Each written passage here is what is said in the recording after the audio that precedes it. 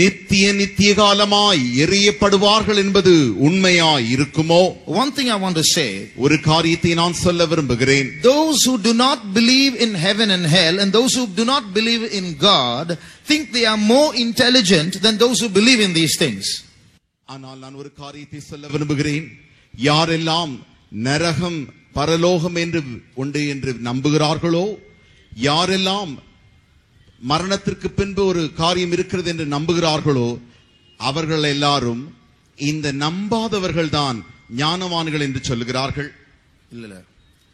Though the atheists, those who say there is no God, those who say there is no heaven, those who say there is no hell, they think they are wiser than those who believe in heaven and hell and God. தேவன் இல்லை என்றும் பரலோகம் நரகம் இல்லை என்றும் சொல்லி அதை நம்புகிறவர்களை இந்த நம்பாத நாத்திகர்கள் தாங்கள் பெரிய ஞானவான்கள் என்று நினைத்துக் கொள்கிறார்கள். But I want to say that both are equally in the dark or equally ignorant, the atheist and theist, in presenting evidence about life after death. ஆனால் நான் ஒரு காரியத்தை சொல்ல விரும்புகிறேன். நாத்திகர்களும் ஆத்திகர்களும், தேவன் உண்டு என்று சொல்லுகிறவர்களும் தேவன் இல்லை என்று சொல்லுகிறவர்களும் இந்த இடத்தை குறித்து சரியா அறியாமல் இருக்கிறார்கள். About life after death. மரணத்து ஜீவனுக்கு பின்பு ஒரு மரணம் இருக்கிறது, மரணத்திற்கு பின்பு ஒரு வாழ்க்கை இருக்கிறதை அவர்கள் நம்பாமல் இருக்கிறார்கள். So they are in the dark, they don't know. See, after death what happens, the theist does not know. After death what happens, the atheist also does not know. மரணத்திற்கு பின்பு என்ன நடக்கிறது என்று நாத்திகர்களும் அறியாமல் இருக்கிறார்கள். மரணத்திற்கு பின்பு என்ன நடக்கிறது என்று ஆத்திகர்களும் நம்புகிறவர்களும் அறியாதிருக்கிறார்கள். See, the atheist attacks the theist by asking a question, how do you know there is God? Prove it to me. இப்பொழுது நாத்திகர்கள் ஆத்திகர்களை பார்த்து கேட்கிற கேள்வி என்ன? மரணத்திற்கு பின்பு ஒரு வாழ்க்கை இருக்கிறது. How do you know there is God? Prove it to me. எப்படி தேவன் உண்டு ஒருவர் என்று உண்டோ அப்படி இருப்பாரேயாகில் அதை எனக்கு நிரூபிப்பாயாக. So the atheist does not know how to ask that question, so he becomes the fool when he can't answer. இப்பொழுது தேவன் உண்டு என்று நம்புகிறவர்கள் இதை எப்படி பதில் சொல்ல வேண்டும் என்று அறியாதிருக்கிறபடினாலே அங்கே பதில் சொல்ல முடியாமல் இருக்கிறார்கள். He becomes the fool. இப்பொழுது அவர்களுக்கு முன்பாக இவன் மதியீனனாய் போய்விடுகிறான். But the theist, the believer in God, can ask back a question saying, can you prove to me that there is no God? அதே நேரத்தில் தேவனை நம்புகிறவர்கள் தேவனை நம்பாத இந்த நாத்திகர்களை பார்த்து, நீ தேவன் இல்லை என்று சொல்லுகிறாயே, அதை உன்னால் நிரூபிக்க முடியுமா? Can you prove to me there is no heaven and no hell? நரகம் பரலோகம் என்ற இடம் இல்லை என்பதை உன்னால் நிரூபிக்க முடியுமா? The atheist has no proof for that either. அதற்கு அதே சமயத்தில் இந்த நாத்திகர்களுக்கும் அந்த நிரூபணத்தை காட்ட ஒரு நிரூபணமும் இல்லை. So eventually, whether you believe in God, whether you believe in hell and heaven, or whether you don't believe in these things, both are faith. கடைசியாக இது என்ன காண்கிறோம் என்றால், நீங்கள் தேவனை நம்பினாலும் பரலோகம் நரகம் இருக்கிறது என்கிற ஒரு இடத்தை நீங்கள் குறித்து நம்பினாலும் இந்த நம்பாதவர்களும் இருவருக்குமே விசுவாசம் என்கிற ஒரு காரியம் தேவையாயிருக்கிறது. The theist believes there is God and heaven and hell. The atheist believes there is no God, no heaven and no hell. Both don't have evidence. தேவன் உண்டென்றும் பரலோகம் நரகம் என்கிற இடம் உண்டென்று சொல்லி இந்த ஆஸ்திகர்கள் நம்புகிறார்கள். அதே நேரத்தில் அப்படி ஒன்று இல்லை என்று சொல்லி நாத்திகர்களும் நம்புகிறார்கள். So, but I want to say that recently there has been some evidence to prove that there is life after death, there is heaven and hell.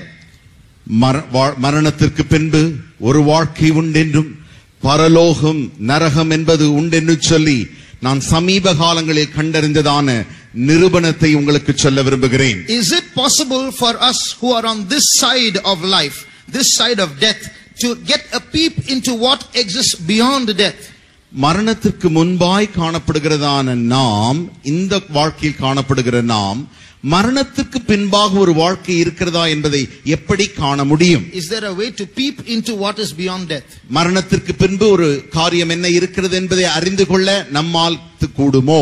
எட்டி பார்க்க முடியுமோ? It is possible. அது சாத்தியமே. Recently, medical researchers and scientists have been recording a particular phenomenon called near-death experience. மரணத்திற்கு அடுத்த அனுபவங்கள் என்று சொல்லி அநேக விஞ்ஞானிகளும் ஆராய்ச்சியாளர்களும் இந்த காரியத்தை கண்டுபிடித்திருக்கிறார்கள். What is near death experience? மரணத்திற்கு அடுத்த அனுபவங்கள் என்றால் என்ன?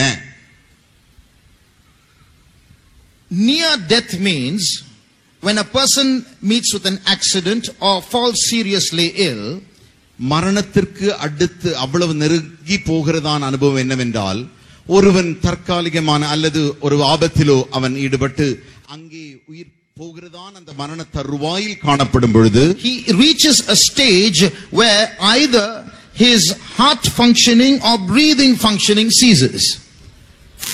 அவன் வந்து நிற்கிறதான இடம் என்னவென்றால், அவனுடைய இருதயமோ அவனுடைய அந்த சுவாசமோ நிற்கக்கூடியதான அந்த இடத்திற்கு வந்து விடுகிறான். When the heart functioning and breathing functioning ceases, அவனுடைய இருதயமும் அந்த சுவாசமும் நிற்கிறதான அந்த வேளையில், within 10 seconds his brain activity also ceases, as is recorded by an instrument called EEG.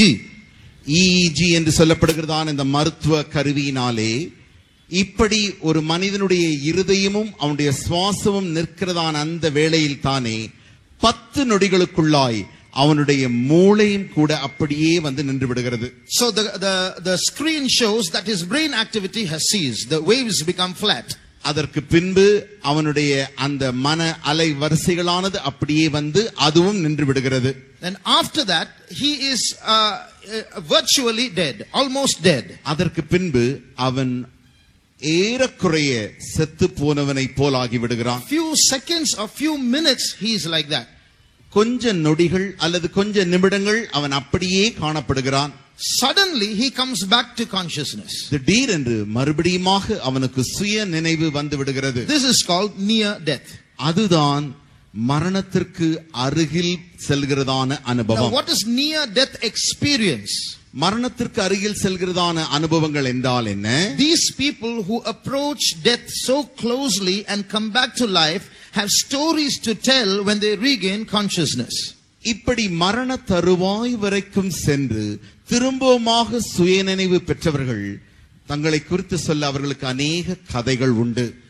Now I am saying this from outside. I am starting from outside because if I start from inside, some people will say, I don't believe in the Bible. What are you trying to prove from the Bible? நான் இப்பொழுது இந்த காரியங்கள் யாவற்றையும் வெளியிலிருந்து நான் உங்களுக்கு இதிலே உள்ளே கொண்டு வர சொல்ல விரும்புகிறேன். நான் வேதத்திலிருந்து தொடங்கி உங்களுக்கு சொல்லுவேனே ஆகில், சிலர் சொல்லுவார்கள், நான் வேதத்தை நம்புகிறதே இல்லை, தேவனை நம்புகிறதில்லை, ஆகையினால இதிலிருந்து நீங்கள் ஏன் தொடங்குகிறீர்கள் என்று கேட்பார்கள். So I am proving from this world that there is a that world. ஆகையினாலே இந்த உலகத்திலிருந்து தானே அந்த உலகம் இருக்கிறது என்பதை நிரூபிக்க நான் விரும்புகிறேன். So these people narrate different kinds of stories how they were able to almost enter into another world and come back again. இப்படி மரண தருவாய் வரைக்கும் சென்று திரும்பி வந்தவர்கள் அந்த மரணத்திற்கு பின்பு என்ன எல்லாம் கண்டார்களோ அல்லது அனுபவித்தார்களோ அந்த காரியத்தை இப்பொழுது சுயநினைவு வந்த பிறகு அவர்களே சொல்லுகிற அனுபவங்கள். Many narrate that they have an experience of entering into a tunnel, something that looks something like this. இப்படி நாம் காண்கிறதான அந்த கடைசி படத்தில் காணுகிறதான அப்படி ஒரு சூளைக்குள்ளாய் போகிறதான அப்படி ஒரு அனுபவத்தை அவர்கள் காண்கிறார்கள். A narrow passage, a tunnel. அது ஒரு நீண்ட பாதை, உள்ளாய் போகிற பாதை. And after that they emerge and they see great light. அப்படி அந்த நீண்ட பாதைக்குள் அவர்கள் கொஞ்ச தூரம் போன பின்பு திடீரென்று ஒரு பெரிய வெளிச்சத்தை காண்கிறார்கள். One man saw and he saw that great white light and he was able to realize that white light was the energy source for the entire universe. ஒருவர் சொல்லுகிறார், இப்படி போய் அப்படி போன பொழுது ஒரு வெள்ளை வெளிச்சமாகிய ஒரு விளக்கை கண்டாராம். அந்த விளக்குதான் இந்த முழு அண்ட சராசரத்திற்கும் தருகிறதான ஒரு சக்தியாக அது இருக்கிறதாம். And they would each have different stories to tell, but the common things that they would experience was they would have peace within, great peace within them. அநேகர் இப்படி மரண தருவாய்க்கு போய் திரும்பி வந்தவர்கள் சொல்லுகிற பல அனுபவங்கள் உண்டு. But the common things that they would have was they would have peace within them. அவர்கள் சொல்லுகிற காரியம் என்ன, அவர்கள் எல்லாருமே பொதுவாய் சொல்லுகிற காரியம் என்னவென்றால், அப்படி அவர்கள் போன மாத்திரத்தில் அங்கே சமாதானத்தை தனக்குள் கண்டார்களாம். There was a big saturation of knowledge. Suddenly they seemed to know so many things. அவர்களுடைய அறிவு அப்படியே திடீரென்று பெருக்கமடைந்து அநேக காரியங்களை அவர்களால் அந்த தருவாயில் அறிந்து கொள்ள முடிகிறதா? Some of them would hear a voice saying, "This is not your time, go back to earth." சிலர் இப்படியும் சத்தத்தை கேட்டிருக்கிறார்கள், இப்பொழுது நீங்க வந்திருக்கிறாயே, இது அல்ல உன்னுடைய காலம், நீ போய் திரும்பவும் ஜீவித்துவிட்டு வர வேண்டிய ஒரு காலம் உண்டு. So they would return back to earth. ஆகையினாலே நீ திரும்பவுமாக பூமிக்கு போ. So these were some of the experience that many people have. இப்படித்தான் அநேகர் தங்களுடைய மரண தருவாய் வரைக்கும் சென்று கண்டடைந்ததான அனுபவங்கள். Now some people say, some scientists are objecting to this. சில விஞ்ஞானிகள் இதற்கு எதிர்மாறாய் பேசுகிறார்கள். This is just a chemical reaction that takes place in the brain when someone is dying. ஒருவன் சாகும் பொழுது அவனுடைய மூளையிலே வேதியியல் மாற்றங்கள் உருவாகும். அந்த வேதியியல் மாற்றங்களினாலே அவன் இப்படி சொல்லுகிறான் என்று சொல்லுகிறார்கள். So in that pain and shock that a man experiences during death, it is the brain that is trying to alleviate that pain by seeing visions like this. ஒருவன் மரண தருவாய் செல்லும் பொழுது அவன் அனுபவிக்கிறதான அந்த பெரிய வேதனைகளும் கொடிய வேதனைகளை மறக்கும்படியாக அவனுடைய மூளையிலிருந்து இப்படிப்பட்டதான எண்ணங்கள் உருவாகுவதாக அவர்கள் சொல்லுகிறார்கள். But there are many questions to oppose that. ஆனால் இவைகளை எதிர்க்க அநேக கேள்விகளும் காரியங்களும் உண்டு. If it is true that it's a chemical reaction and people like to see good things when they die, why do they see hell? Many have seen hell also. அப்படி வேதியியல் மாற்றத்தினாலே மரண தருவாய் வரைக்கும் சென்றவர்கள் ஏன் வெளிச்சத்தை மாத்திரம் பரலோகத்தை மாத்திரம் காண வேண்டும்? அவர்கள் நரகத்தையும் கூட அநேகர் கண்டிருக்கிறார்களே. Why? ஏன்? Why should they see a bad thing when they're going to die? அப்படி சாக போகிற தருவாய்க்கு செல்லும் பொழுது ஏன் அவர்கள் கெட்ட அந்த நரகத்தையும் காண வேண்டும்? Not only that, அது மாத்திரமல்ல, when these people go into those near death experiences, அப்படி மரணத்திற்கு அடுத்த அனுபவத்திற்கு போகிறதான அனுபவங்களில், and when they come back to life, அப்படி போய் அவர்கள் திரும்பி வாழ்க்கைக்கு வந்த பிறகு they are able to say what went on in the room when they were unconscious. அப்படி அவர்கள் சுயநினைவற்ற அந்த வேளையில் அவர்கள் இருந்ததான அந்த அறையில் என்ன நடந்தது என்பதை குறித்தும் அவர்கள் சொல்லி இருக்கிறார்கள். They are able to narrate the conversation between doctors and nurses and so on. அங்கே அவருடைய அந்த உடம்பு கிடக்கிறதான அந்த அறையில் தானே அங்கே இருக்கிற மருத்துவரும் செவிலியர்கள் யாவரும் சேர்ந்து பேசுகிறதான அந்த சம்பாஷணைகளையும் அவர்கள் சொல்லுகிறார்கள். After the brain activity ceased, அவர்களுடைய அந்த மூளையின் வேலை நின்ற பிறகு கண்டதான காரியங்கள். So this is not possible. அப்படி என்றால் இது சாத்தியமல்லவே. Unless something inside them left them and was able to see it once again. அவர்களுக்குள்ளாய் இருக்கிற ஏதோ ஒன்று அவர்களை விட்டு வெளியே போய் திரும்பவும் அதை எல்லாவற்றையும் கண்டு அவர்களுக்குள் வந்தபடியினாலே அவர்களால் விதைகளை சொல்ல முடிகிறது. Not only that, அது மாத்திரமல்ல, some people who lived on earth went and met other people whom they did not see on earth. இப்படி மரண தருவாய் வரைக்கும் போய் திரும்பி வந்தவர்கள் இந்த பூமியிலே கண்டிராத சிலரை அவர்கள் அங்கே போய் கண்டதாக சொல்லுகிறார்கள். For example, உதாரணமாக, a 4-year-old boy met his grandfather when he died and when he went through this NDE and went to heaven.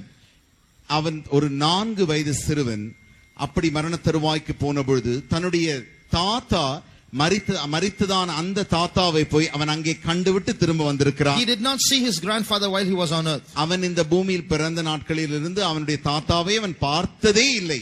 His grandfather died before he was born. அவன் பிறப்பதற்கு முன்பதாகவே அவனுடைய தாத்தா செத்து போய்விட்டார். But now when he came back to consciousness, he said, I saw grandpa. இப்பொழுது அவனுக்கு சுயநினைவு வந்த பிறகு அந்த சிறுவன் சொல்லுகிறான், நான் என்னுடைய தாத்தாவை பார்த்தேன். They had conversations together.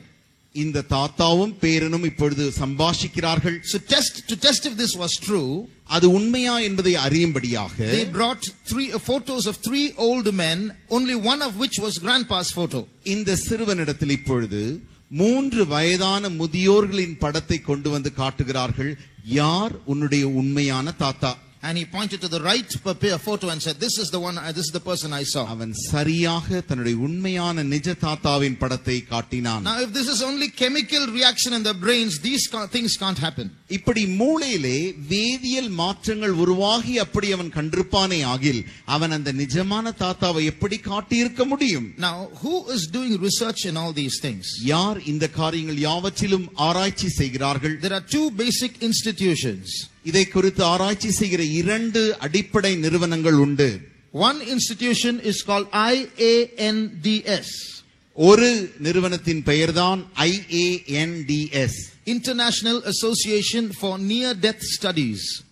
சர்வதேச குழுவாகிய அந்த குழு மரணத்திற்கு தருவாயில், மரணத்திற்கு அடுத்து சென்று வருகிறதான அனுபவங்களை குறித்ததான படிப்புகளை படிக்கிறதான அந்த ஆராய்ச்சி நிறுவனம். Another institution is called NDERF, Near Death Experience Research Foundation. அடுத்த ஒரு நிறுவனம் உண்டு, அதுதான் மரணத்திற்கு அடுத்து செல்கிறதான அந்த அனுபவங்களை குறித்து ஆராய்ச்சி செய்யும் நிறுவனம். Now listen carefully. இதை நீங்கள் கவனமாய் கேளுங்கள். If there were only 5 such examples or 10 examples or 100 examples, then maybe we can say there's some doubt about all this. இதை குறித்து 5 உதாரணமோ அல்லது 10 உதாரணமோ அல்லது 100 உதாரணங்கள் மாத்திரமே இருக்குமானால் நாம் ஒருவேளை சொல்லலாம் இதை குறித்து சந்தேகங்கள் உண்டு. There are more than 1 crore and 10 lakhs of testimonies that give similar experiences. இப்படிப்பட்டதான அனுபவங்களை சொல்லக்கூடிய சாட்சிகள் ஏறக்குறைய 1,10,00,000 சாட்சிகள் உண்டு. Now, if 1 crore and 10 people are going to have such experiences and they say they saw heaven and they saw hell, brother, sister, we have to think seriously about this. 1,10,00,000 பேர் மரண தருவாய் வரைக்கும் சென்று பரலோகம் உண்டென்றும் நரகம் உண்டென்றும் அவர்கள் கண்டதை வந்து சொல்லுவார்களே ஆகில், அருமையான சகோதரனே சகோதரியே, பரலோகம் நரகம் உண்டு என்பதை நீ அறிந்து கொள்வாயாக. I'm not speaking to you from the Bible. I'm speaking to you from scientific external evidence about the existence of heaven and hell. நான் வேதத்திலிருந்து பரலோகம் நரகம் உண்டு என்பதை நிரூபிக்க நான் இப்பொழுது உங்களோடு பேசவில்லை. வெளிப்பிரகாரமாய் உலக பிரகாரமாய் ஜனங்கள் ஆராய்ச்சி செய்து சொன்னதான அந்த காரியத்தை நான் உங்களுக்கு சொல்லுகிறேன். Heaven and hell are real. பரலோகம் நரகம் என்பது நிஜமாயிருக்கிறது. This is not a story, this is not an invention by religious people. இதேதோ ஒரு கதையோ ஒரு மத குருமார்களால் கண்டுபிடிக்கப்பட்ட ஒரு கண்டுபிடிப்போ அல்ல. Both heaven and hell are places where once you go there you can never come back again. பரலோகம் நரகம் என்கிறதான இடங்கள் நீ ஒரு முறை அங்கே போய்விட்டால் அங்கிருந்து நீ ஒரு காலம் திரும்பி வர முடியாது. Where you go after you die depends on how you live while you are on earth. நீ மரித்த பின்பு எங்கே செல்வாய் என்பது நீ எப்படி இந்த பூமியிலே ஜீவிக்கிறாயோ அதை பொறுத்தே காணப்படுகிறது. Normally people say all good people will go to heaven, all bad people will go to hell. சாதாரணமாக ஜனங்கள் சொல்லுவார்கள் எல்லா நல்லவர்களும் மோட்சத்திற்கும் எல்லா கெட்டவர்களும் நரகத்திற்கும் செல்வார்கள். But the Bible does not agree to that. ஆனால் வேதம் அதை ஒத்துக்கொள்கிறதில்லை. The Bible says all good people and all bad people will all go to hell. ஆனால் வேதம் சொல்லுகிறது எல்லா நல்லவர்களும் எல்லா கெட்டவர்களும் நரகத்திற்கே செல்வார்கள். You know why? ஏன் தெரியுமா? The Bible argues that all our goodness is not good enough to take us to heaven. வேதம் நம்மோடு கூட தர்க்கிக்கிற காரியம் என்னவென்றால் நமக்கு இருக்கிற எல்லா நன்மைகளும் பரலோகத்திற்கு செல்லக்கூடிய அளவிற்கு தகுதி உடையது அல்ல. There is a verse that says this in the Bible. இப்படி ஒரு வசனம் சொல்லுகிறது. Read Romans chapter 3 verse 10. ரோமருக்கு எழுதின நிருபம் 3ஆம் அதிகாரம் 10ஆம் வசனம். அந்தபடியே நீதிமான் ஒருவனாகிலும் இல்லை.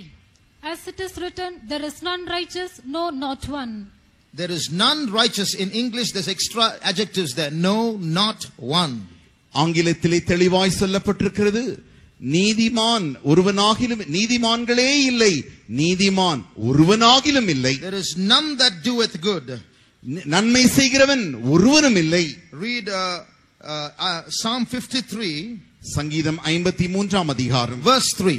3ஆம் வசனம். அவர்கள் எல்லாரும் வழி விலகி ஏகமாய் கெட்டுப் போனார்கள், நன்மை செய்கிறவன் இல்லை, ஒருவனாகிலும் இல்லை. Every one of them is gone back, they are altogether become filthy, there is none that doeth good, no, not one. So what we human beings think is good and good enough or qualifies us to get to heaven is actually not good enough. மனிதர்களாகிய நாம் பரலோகத்திற்கு செல்லக்கூடிய அந்த நல்ல காரியங்கள், நன்மை இந்த எவைகள் எல்லாம் நினைக்கிறோமோ அந்த நன்மைகள் போதுமான அளவுக்கு நன்மைகளாய் அல்ல. So goodness will not take us to heaven. ஆகையினாலே நன்மை நம்மை பரலோகத்திற்கு எடுத்து செல்ல முடியாது. What then will take us to heaven? அப்படி அப்படி என்றால் எது நம்மை பரலோகத்திற்கு எடுத்து செல்ல முடியும்? We will come to that a little later. அதை குறித்து நாம் பின்பாக காணலாம். But before that, I want us all to close our eyes for a moment. அதற்கு முன்பாக நாம் யாவரும் கண்களை மூடும்படியாய், நான் ஒரு நிமிடம் கண்களை மூடும்படியாய் நான் விரும்புகிறேன். We just saw that heaven and hell are real. பரலோகம் நரகம் உண்டு நிஜம் என்பதை நாம் இப்பொழுதுதானே கண்டோம். We don't want these Bible studies just to end up as some philosophy. ஏதோ இந்த வேத பாடங்கள் ஒரு தத்துவத்தின் அடிப்படையில் ஒரு தத்துவத்தை அடையக்கூடியதாக காணப்படக்கூடாது. I believe that as we speak these words, God wants to speak to you. நான் விசுவாசிக்கிறேன், நாங்கள் இந்த வசனங்களை பேச பேச தேவனும் உங்களோடு கூட இந்த வார்த்தைகளால் பேச விரும்புகிறார். You are not only going to hear about heaven, you are going to find the way to go to heaven. நீங்கள் பரலோகத்தை மாத்திரம் குறித்து கேள்விப்பட போகிறதில்லை, பரலோகத்திற்கு செல்லக்கூடிய வழியையும் நீங்கள் கேள்விப்பட போகிறீர்கள். We are not here just to convert people to Christianity. We have an important message to give every person listening to us. எங்களுடைய வார்த்தை கேட்கிற ஒவ்வொருவரையும் நாங்கள் கிறிஸ்துவ மத மாற்றம் செய்ய விரும்பவில்லை. We want people to hear an important message. எல்லா கேட்கிற ஜனங்களும் இந்த ஒரு முக்கிய செய்தி கேட்க விரும்பும்படி நாங்கள் விரும்புகிறோம். If you are passing by this way and you have just stopped to listen, please stay back till the end, because there are important things that you should listen to, because it's life or death and your decisions are important. இந்த வழியிலே நீங்கள் போய் கொண்டிருக்கும் பொழுது இவர்கள் என்ன பேசுகிறார்கள் என்று கேட்கலாம் என்று நிற்கிறதான அருமையானவர்களை குறித்து நான் சொல்ல வேண்டிய காரியம், தயவு செய்து கடைசி வரை நின்று வாழ்க்கைக்கு பின்பு மரணத்திற்கு பின்பு ஒரு வாழ்க்கை உண்டு என்பதை குறித்துதான அந்த செய்தி நீங்கள் அறிந்து கொள்ளும்படி விரும்புகிறோம். How many want to go to heaven? எத்தனை பேருக்கு பரலோகத்திற்கு செல்ல விருப்பம்? We all want to go to heaven. நாம் யாவருமே பரலோகம் செல்ல விரும்புகிறோம். Today we must find the way to go to heaven. இன்றைக்கு பரலோகம் செல்லக்கூடியதான வழியை நாம் கண்டுபிடிக்க வேண்டும். It's not a religion. ஒரு மதத்தை அல்ல. It is not a religion. இது ஒரு மதம் அல்ல. The way to heaven is not a religion. பரலோகத்திற்கு போகிறதான வழி ஒரு மதம் அல்ல. It's not a philosophy. அது ஒரு தத்துவமும் அல்ல. It's something else beyond that. அதற்கு மேலாய் காணப்படுகிற ஒரு காரியம். So do continue to listen to us before you leave this place. ஆகையினால் இந்த இடத்தை விட்டு நீ போகும் முன்பாக தயவு செய்து தொடர்ச்சியாய் இந்த செய்தியை கேட்பாயாக. Today the power of eternal life should meet those who are not saved. ரட்சிக்கப்படாதவர்களை இன்றைக்கு அந்த நித்திய ஜீவனின் வல்லமை அவர்களை ரட்சிக்க வேண்டும். Every minute about 100 people are dying. ஒவ்வொரு நிமிடமும் ஏறக்குறைய 100 பேர் செத்துக்கொண்டே இருக்கிறார்கள். Right now as I'm speaking to you, someone has slipped into hell. நான் இப்பொழுது உங்களோடு கூட பேசுகிறதான இந்த க்ஷண பொழுதில்தானே யாரோ சிலர் நரகத்திலே தவறி விழுந்து கொண்டிருக்கிறார்கள். But today in this area of India, the power of eternal life should operate. இந்த இந்தியாவின் இந்த பகுதியிலே இன்றைக்கு தேவனுடைய வல்லமை கிரியை செய்ய வேண்டும். People should be turned back from hell towards heaven. ஜனங்கள் நரகத்திலிருந்து திருப்பப்பட்டு பரலோகத்திற்கு அனுப்பப்பட வேண்டும். How many of you believe in that power to turn people from hell towards heaven?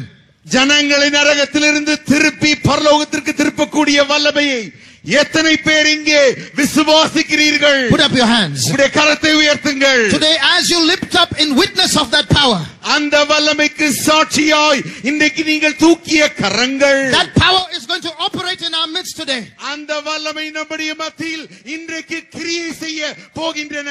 Some people are going to step out from darkness into light. இன்றைக்கு அநேகர் சிலர் இருளிலிருந்து வெளிச்சத்திற்கு திருப்பப்பட போகிறார்கள். Some people are going to step out of death into eternal life. சிலர் மரணத்திலிருந்து தப்பி நித்திய ஜீவனை அடைய போகிறார்கள். One more step and they would have stepped into hell, but God is going to bring them out and get them on the road to heaven. ஒரு அடி அவர்கள் இன்னும் வைத்தால் போதும், அவர்கள் நரகத்திலே விழுந்து விடுவார்கள். ஆனால் தேவன் அவர்களை நித்திய ஜீவனுக்கும் பரலோகத்திற்கும் திருப்பிக் கொண்டிருக்கிறார். The presence of God is in this place. தேவனுடைய சமூகம் நம்முடைய மத்தியில் இருக்கிறது. The power to draw souls towards heaven is in this place. ஆத்துமாக்களை பரலோகத்திற்கு இழுக்கக்கூடிய தேவனுடைய வல்லமை இங்கே இருக்கிறது. As we praise God, நாம் கர்த்தரை ஸ்தோத்திரிக்க, as we speak in tongues, நாம் அந்நிய பாஷையில் பேச, this power is going to enter into the souls of men. இந்த வல்லமையானது மனித ஆத்துமாக்களுக்குள்ளாய் பிரவேசிக்க போகிறது. It's going to enter into their life and bring them to life eternal. அநேகருடைய வாழ்க்கைக்குள் பிரவேசித்து அவருடைய ஜீவனை நித்திய ஜீவனுக்குள் கொண்டு வர போகிறது. 1 minute, let's rejoice in the Lord. ஒரு நிமிடம் நாம் கர்த்தரில் களி கூறுவோமாக. 1 minute, let's praise our God. ஒரு நிமிடம் நாம் கர்த்தரை ஸ்தோத்திரிப்போமாக. Those who have already experienced eternal life, exalt your Savior. யாரெல்லாம் ஏற்கனவே நித்திய ஜீவனை பெற்றிருக்கிறீர்களோ உங்களுடைய இரட்சகரை உயர்த்துங்கள். As you exalt your God, நீங்கள் உங்கள் தேவனை உயர்த்த Jesus said, if I be lifted up, I will draw all men unto me. இயேசு சொன்னார், நான் உயர்த்தப்படும் பொழுது எல்லா மனுஷரையும் என்னை இழுத்துக் கொள்ளுவேன். Right now as we praise God, நாம் இப்பொழுது கர்த்தரை ஸ்தோத்திரிக்க some soul is being touched. சில ஆத்துமாக்கள் தொடப்பட்டு கொண்டிருக்கின்றன. Darkness is leaving their souls.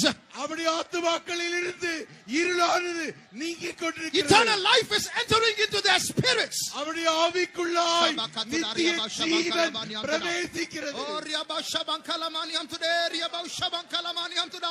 God, we praise you, Lord. We praise you. We praise you, Lord, for your power of eternal life, oh God. Thank you, Jesus.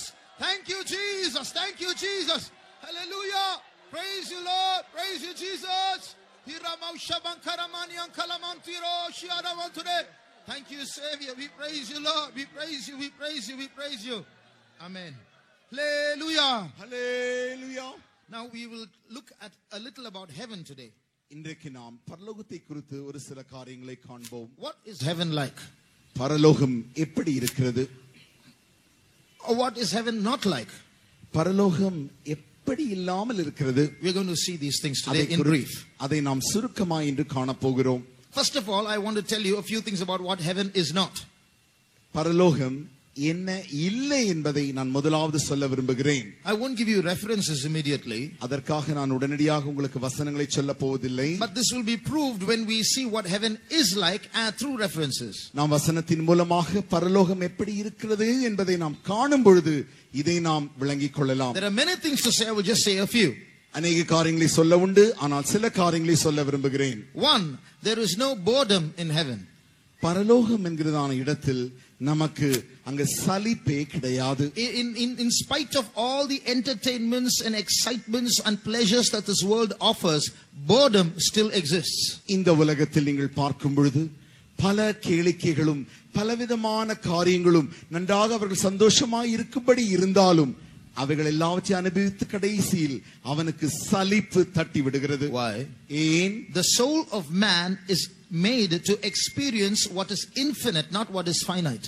மனிதனுடைய ஆத்துமாவானது அந்த முடிவில்லாத அந்த காரியத்தை அனுபவிக்கவே உருவாக்கப்பட்டிருக்கிறதே தவிர இந்த முடிவுள்ள காரியங்களை அல்ல.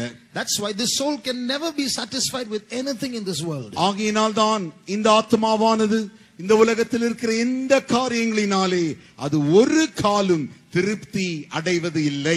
You buy a new car, or you go after get a good job, or you earn some money, or you put on a new dress, or you watch a movie. All this has its excitement only for some time. After that, you have to do something else, otherwise boredom will set in. நீங்கள் ஒரு நல்ல காரை வாங்கினாலோ, நல்ல வேலை கிடைத்தாலோ, நல்ல காரியங்களை செய்து நல்ல பொருட்களை நீங்கள் பெற்றுக்கொண்டாலோ, இவைகள் யாவுமே ஒரு திருப்தியை கொஞ்ச நேரம் கொடுத்துவிட்டு அதற்கு பின்பு திரும்பமாக அந்த அதிருப்தி தொடர்கிறது. Only heaven can satisfy our souls. ஆனால் பரலோகம் மாத்திரமே நம்முடைய ஆத்துமாவை திருப்தி செய்ய முடியும். When I was young, I was thinking about what heaven would be like. நான் சிறுவனாக இருந்த பொழுது பரலோகம் எப்படி இருக்கும் என்று நான் யோசித்து பார்த்து கொண்டிருந்தேன். I had my own imagination about heaven. பரலோகத்தை குறித்து எனக்கு சொந்த கற்பனைகள் உண்டாயிருந்தது. In heaven I thought there'll be all mountains and green grass, beautiful scenery. நான் நினைத்தது என்னவென்றால் பரலோகத்திலே நல்ல மலைகளும் பசும் புல்களும் அப்படி நன்றாக பார்க்கக்கூடிய நல்ல காட்சிகளுமாய் இருக்கும் என்று நினைத்தேன். Birds flying in the air. அங்கே பறவைகள் நன்றாக பறந்து கொண்டும், people running about here and there, sitting under every tree. There will be benches where people can relax. ஒரு இடத்திலும் நல்ல மரங்கள் இருக்கும், அதற்கு கீழே நாற்காலிகள் இருக்கும், அங்கே ஜனங்கள் உட்கார்ந்து நன்றாக இளைப்பாறிக் கொண்டிருப்பார்கள் என்று நினைத்தேன். How long can you sit under a tree and relax? எவ்வளவு நேரம் ஒரு மரத்திற்கு கீழே உட்கார்ந்து கொண்டு இளைப்பாறியே கொண்டிருக்க முடியும்? But on the other side, maybe in groups, in many groups, you'll all sit together and say hallelujah, praise the Lord. மற்ற பக்கத்தில் ஒரு மரத்திற்கு கீழாக ஒரு கூட்டம் உட்கார்ந்து கொண்டு கர்த்தருக்கு ஸ்தோத்திரம் அல்லேலூயா என்று சொல்லிக் கொண்டிருப்பார்கள். And we'll be singing songs. அங்கே பாடிக்கொண்டிருப்பார்கள். But how long are we going to sing songs and say praise the Lord, praise the Lord? எவ்வளவு நேரம் இந்த கூட்டம் உட்கார்ந்து பாட்டு பாடிக்கொண்டே இருக்கும்? அந்த கூட்டம் உட்கார்ந்து கொண்டு அல்லேலூயா ஸ்தோத்திரம் என்று சொல்லிக் கொண்டிருக்கும். Early morning 4 o'clock itself getting up and saying praise the Lord till 5 o'clock itself is a big strain for many people. You're going to do that in eternity all the time forever and ever. Hallelujah. I was thinking, oh, that's going to be boring then. நான் நினைத்தது என்னவென்றால் அதிகாலை 4 மணிக்கே நாம் எல்லாரும் எழுந்து 5 மணி வரை அல்லேலூயா ஸ்தோத்திரம் என்று சொல்வதே நமக்கு மிக கஷ்டமாக இருக்கிறதே. இப்படிப்பட்ட சூழ்நிலையிலே பரலோகத்திற்கு போய் ஒரு இடத்தில் உட்கார்ந்து கொண்டு நித்தியமாக இப்படியே சொல்லிக் கொண்டிருந்தால் பரலோகம் ஒருவேளை எனக்கு போர் அடிக்குமோ என்று நினைக்க ஆரம்பித்தேன். So that's also not so nice. ஆகையினாலே அதுவும் கூட நன்றாக இல்லை. They said heaven is a very glorious place. சொல்லுகிறார்கள் பரலோகம் ஒரு மகிமையுள்ள இடம். Maybe there might be 100 more focus lights than this there in every place. அப்படி என்றால் இப்படி வைத்திருக்கிறார்கள் இந்த பெரிய விளக்குகளை போல அங்க நூற்றுக்கணக்கான விளக்குகள் காணப்படுமோ என்று நினைத்தேன். How long am I going to enjoy that glory? இந்த மகிமை நான் எவ்வளவு காலம் அனுபவிக்க முடியும்? So if you're going to think about heaven only in this angle, இந்த கண்ணோட்டத்தோடு கூட நீங்கள் பரலோகம் இப்படி இருக்கும் என்று நினைப்பீர்களே ஆகில், we are trying to measure heaven with what happens here on earth amongst ourselves. நமக்குள்ளே நம்முடைய பூமியில என்ன நடக்கிறதோ அந்த காரியத்தை வைத்தே பரலோகத்தில் நடைபெறக்கூடிய காரியங்கள் யாவற்றையும் நாம் ஒரு கட்டுக்குள்ளாய் ஒரு அளவுக்குள்ளாய் கொண்டு வருகிறோம். But one thing I want to tell you, ஆனால் ஒரு காரியத்தை நான் சொல்ல விரும்புகிறேன். heaven is not boring. பரலோகம் என்பது ஒரு காலம் அது போர் அடிக்கிற இடமே இல்லை. We will come to that later on. அதை குறித்து நாம் பின்பாக காணலாம். Secondly, இரண்டாவதாக there is no disappointment in heaven. பரலோகம் என்கிறதான இடத்திலே ஒரு நாளும் ஏமாற்றம் என்கிறதான ஒரு காரியம் இல்லை. That is, when you go to heaven, நீங்கள் பரலோகத்திற்கு போகும் பொழுது you will go with great expectations.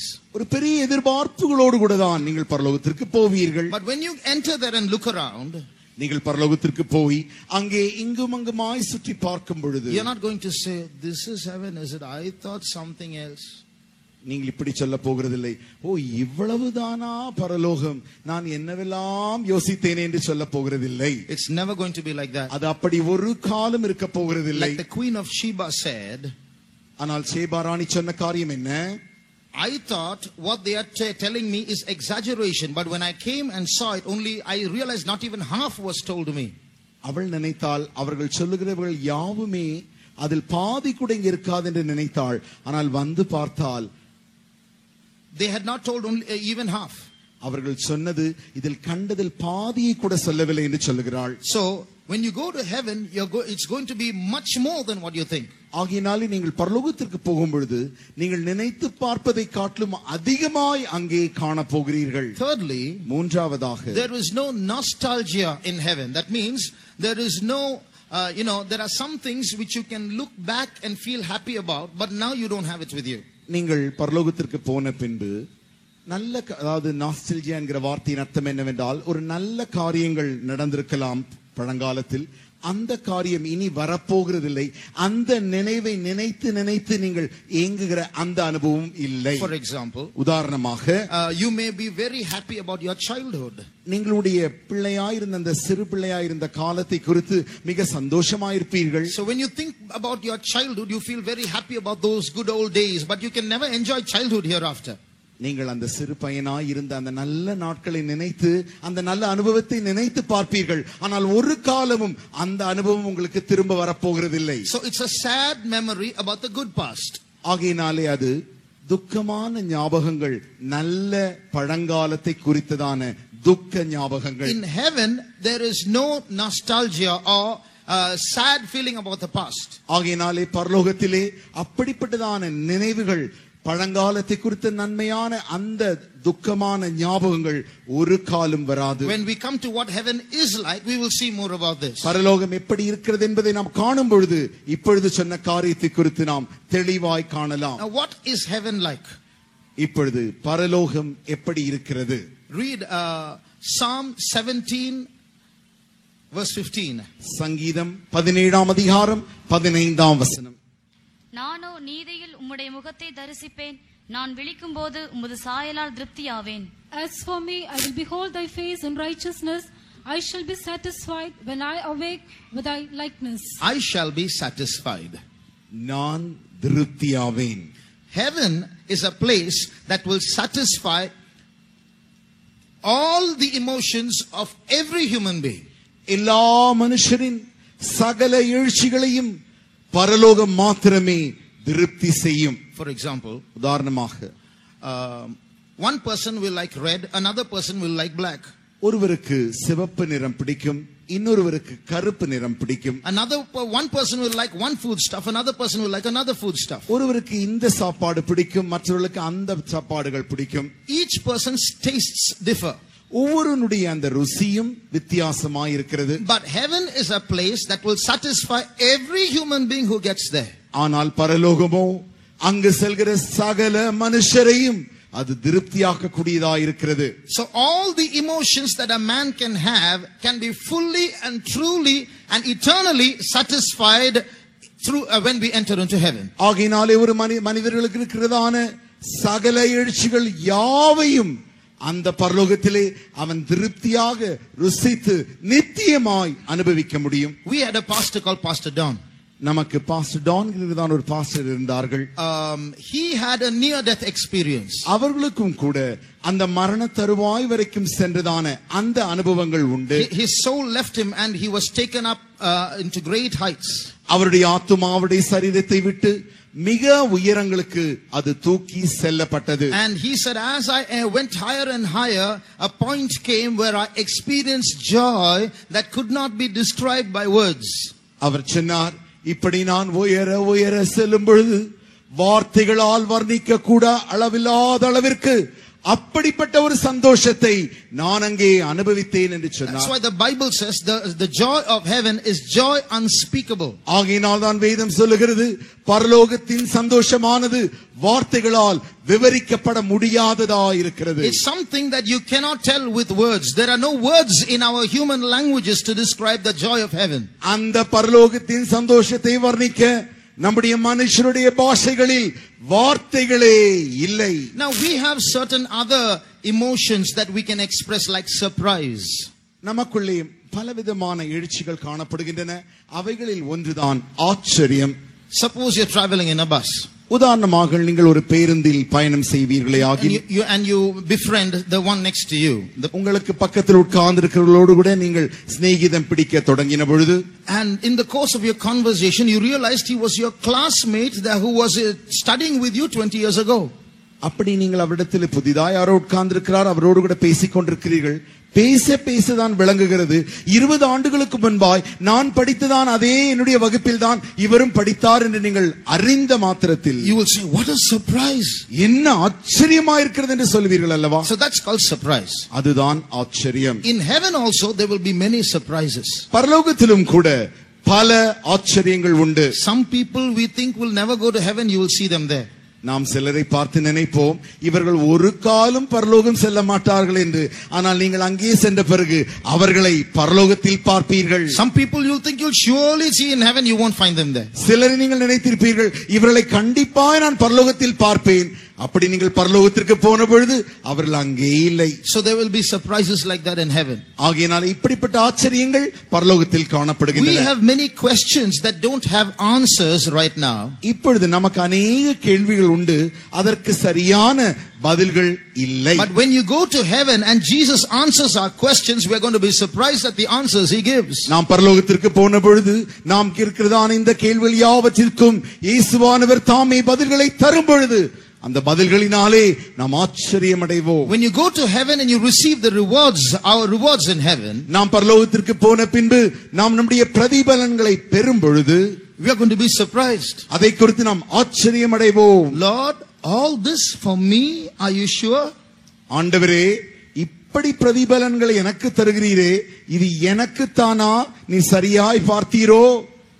So God is going to shower us with so many rewards that we realize that we are not worthy to get it all. தேவன் நமக்கு தருகிறதான அந்த பிரதிபலன்களை நாம் காணும் பொழுது அந்த பிரதிபலன்களுக்கு நாம் தகுதியே இல்லை என்பதை நாம் உணரப் போகிறோம். We are going to be surprised in heaven. நாம் பரலோகத்திலே ஆச்சரியங்களால் அடைய போகிறோம். There's another emotion called wonder.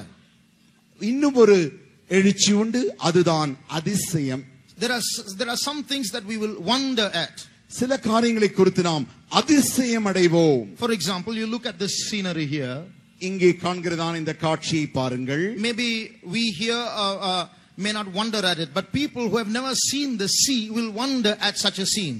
இந்த படத்தை பார்த்து நாம் ஒருவேளை அதிசயம் அடையாமல் இருக்கலாம். இதை காணாதவர்கள் இப்படிப்பட்ட ஒரு படத்தை பார்க்கும் பொழுது அதிசயம் அடைந்து விடுவார்கள். The silhouette of those coconut trees against the red sky. அந்த நீங்கள் ஒரு அந்த மரத்தை இந்த படத்திலே பார்க்கும் பொழுது அந்த மரத்தின் அடியிலே காணப்படுகிறதான அந்த நிழற்படத்தை, the golden glow of the sun against the evening sky. மாலை வேளையில் வானத்தில் மேகத்தில் காணப்படுகிறதான அந்த சூரிய அந்த பிரகாச வட்டம். Look at the clouds in the sky moving from red to black like the work of an artist. அந்த வானத்தை நீங்கள் மாலை பார்க்கும் பொழுது பாருங்கள், அந்த மேகம் எப்படி ஒரு வரைகிறவன் நன்றாக வரைகிறானோ அதுபோல ஆரஞ்சு நிறத்திலிருந்து தான் இந்த மேகங்கள் கருப்பு நிறமாக மாறிக்கொண்டிருக்கிறது. It makes you wonder. இதையெல்லாம் காணும் பொழுது நம்மை அதிசயமாய் பார்க்க விரும்புகிறது.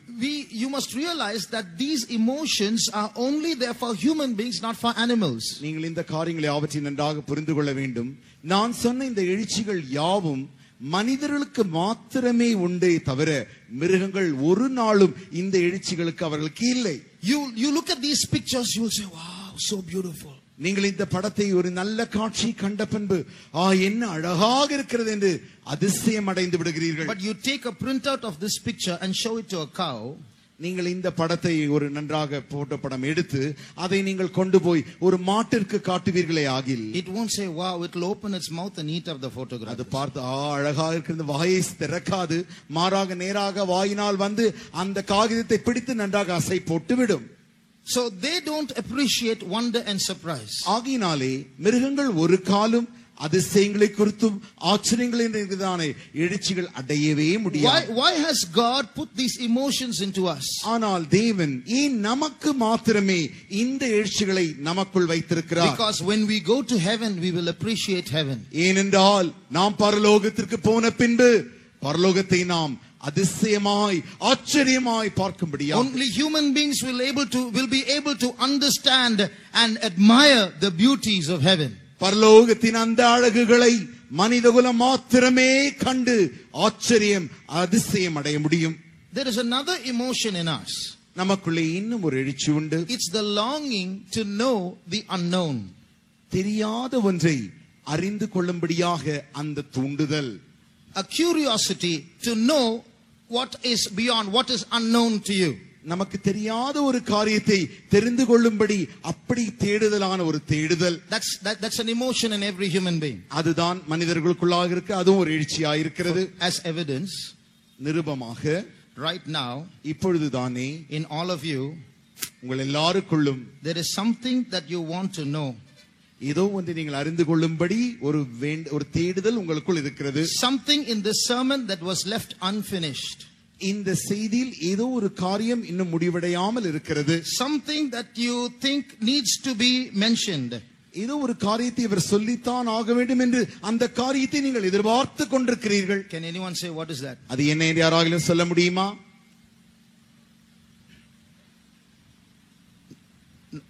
Something in the course of the sermon which I have not said, but it is there in your minds. இந்த பிரசங்கத்தினூடாய் ஒரு காரியத்தை நான் இன்னும் சொல்லவில்லை, அதை சொல்ல மாட்டேனோ என்று சொல்லி உங்களுடைய மனதிலே ஒரு தேடுதல் காணப்படுகிறது. அது அந்த காரியம் என்ன? Anyone? I said something in the beginning. நான் தொடக்கத்தில் ஒன்றை சொன்னேன். It was one of the first sentences that I said after the sermon began. பிரசங்கம் தொடங்கிய முதல் வாக்கியங்களில் தானே இந்த காரியத்தை நான் உங்களுக்கு சொன்னேன். I said I want to tell a very interesting story. மிக மிக எல்லாருக்கும் விருப்பமான ஒரு கதையை சொல்ல நான் விரும்புகிறேன் என்று சொன்னேன் அல்லவா? But I haven't said the story. நான் இன்னும் கதையை சொல்லவே இல்லை. And unfortunately I'm not going to tell the story also. துரதிர்ஷ்டவசமாக நான் இன்றைக்கு அந்த கதையை சொல்ல போவதும் இல்லை. Now what happens is when that statement was made, from then, for those who heard that statement, there will always be a consciousness, a longing to know, what is that? He forgot? அந்த கதை சொல்லுவேன் என்று அவர் தொடக்கத்திலே நான் சொன்ன மாத்திரத்தில் தானே சிலருக்குள் ஒரு தேடுதல் மனதிலே தூண்ட ஆரம்பிக்கிறது.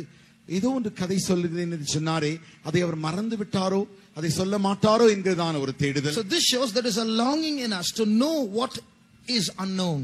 நமக்கு தெரியாத ஒரு காரியத்தை தெரிந்து கொள்ளும்படி நமக்குள் இருக்கிறதான அந்த ஏக்கம்.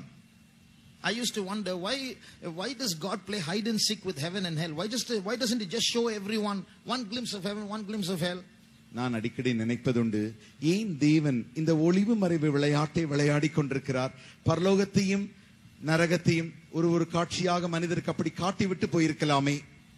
Take them to heaven one glimpse, take them to hell one glimpse, then put them back to earth. ஜனங்களை தூக்கி அப்படி நேராக கொண்டு போய் பரலோகத்தை ஒரு காட்சியை காண செய்துவிட்டு நரகத்தின் காட்சியை காண செய்துவிட்டு கொண்டு வந்து இறக்கி விட்டிருக்கலாமே.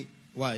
ஏன்? Many reasons, but one reason is அநேக காரணங்கள் உண்டு. அதில் ஒன்று, he wants us to keep longing for the unknown. That's why he doesn't show it to us.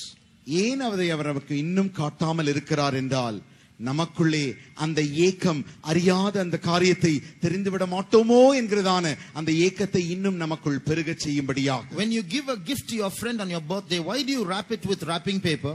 நீங்களுடைய நண்பருக்கு அவருடைய பிறந்த நாளில் தானே ஒரு பரிசு பொருளை தரும் பொழுது அதை நன்றாக ஒரு பேப்பரினாலே நன்றாக அதை சுற்றி அப்படி பேப்பரால் ஒட்டி நாம் கொடுக்கிறோம். One reason is an emotion is created, for a longing is created to know what is inside.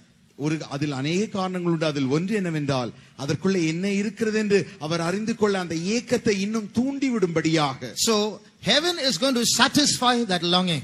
ஆகினாலே பரலோகமானது அந்த ஏக்கங்களை திருப்தி செய்ய போகிறது. So we wonder what heaven is going to be like. Keep wondering. பரலோகம் எப்படி இருக்கும் என்று நாம் ஆச்சரியமாய் அப்படி நாம் பார்க்கும் பொழுது அதை குறித்து இன்னும் நாம் ஆச்சரியம் அடைந்து கொண்டே இருக்க வேண்டும். When we get there, we are going to be wondering even more. நாம் பரலோகத்தை சென்று அடையும் பொழுது இப்பொழுது அடைந்த ஆச்சரியங்களுக்கும் மேலாய் நாம் அங்கே இன்னும் அதிக ஆச்சரியங்களால் பார்க்க போகிறோம். Next, what is heaven like? அதற்கு பின்பு பரலோகம் எப்படி இருக்க போகிறது? அடுத்தபடியாக Revelation 21:5. வெளிப்படுத்தின விசேஷம் 21ஆம் அதிகாரம் 5ஆம் வசனம். சிங்காசனத்தின் மேல் வீற்றிருந்தவர், இதோ நான் சகலத்தையும் புதிதாக்குகிறேன் என்றார். பின்னும் அவர், இந்த வசனங்கள் சத்தியமும் உண்மையுமானவைகள், இவைகளை எழுது என்றார். And he that sat upon the throne said, Behold, I make all things new. And he said unto me, Write, for these words are true and faithful. In heaven, basically, there are three places. அடிப்படையாக பரலோகத்திலே 3 இடங்கள் காணப்படுகின்றன. New earth, new heaven, new Jerusalem. புதிய பூமி, புதிய வானம், புதிய எருசலேம். Here we see God saying, I make all things new. இங்கே தேவன் சொல்கிறார், இதோ நான் சகலத்தையும் புதிதாக்குகிறேன். And you see these three places all prefixed by new. இந்த 3 காரியங்களுமே புதிது, புது, புது என்று சொல்லப்படுகிறது. So what does that mean? அதனுடைய அர்த்தம் என்ன? Everything is going to be new in heaven. பரலோகத்திலே சகலமும் புதிதா இருக்க போகின்றன. That new is in two ways. அந்த புதிதாகுதல் 2 வழிகளில் நடக்கும். One, all that exists in heaven will never grow old. பரலோகத்தில் காணப்படுகிற யாவும் ஒரு காலம் அது பழமை அடையாது. Today New Delhi, New York and New Zealand are all old. இன்றைக்கு புது டில்லி, இந்த நியூயார்க் பட்டினம், நியூசிலாந்து பட்டினங்கள் இவை யாவுமே பழமையானவைகளாய் மாறிக்கொண்டு வருகின்றன. New earth and new heaven and new Jerusalem will never grow old. ஆனால் புதிய பூமியும் புதிய வானம் புதிய எருசலேமும் ஒரு காலம் அது பழமை அடைவதில்லை. Secondly, இரண்டாவதாக, we are going to see new things in heaven that we have never seen or even imagined while on earth. நாம் இந்த பூமியில் இருக்கும் பொழுதுதானே நினைத்து கூட எண்ணி கூட பார்க்க கூடாத அப்படிப்பட்ட புதிய காரியங்களை நாம் பரலோகத்திற்கு சென்ற பின்பு காணப்போகிறோம். We are going to listen to new definitions of new substances in heaven. பரலோகத்தில் இருக்கிறதான காரியங்களை குறித்ததான புதிய காரியங்களை நாம் கேட்க போகிறோம். We are going to heaven and we are going to ask Jesus, Lord, what's that?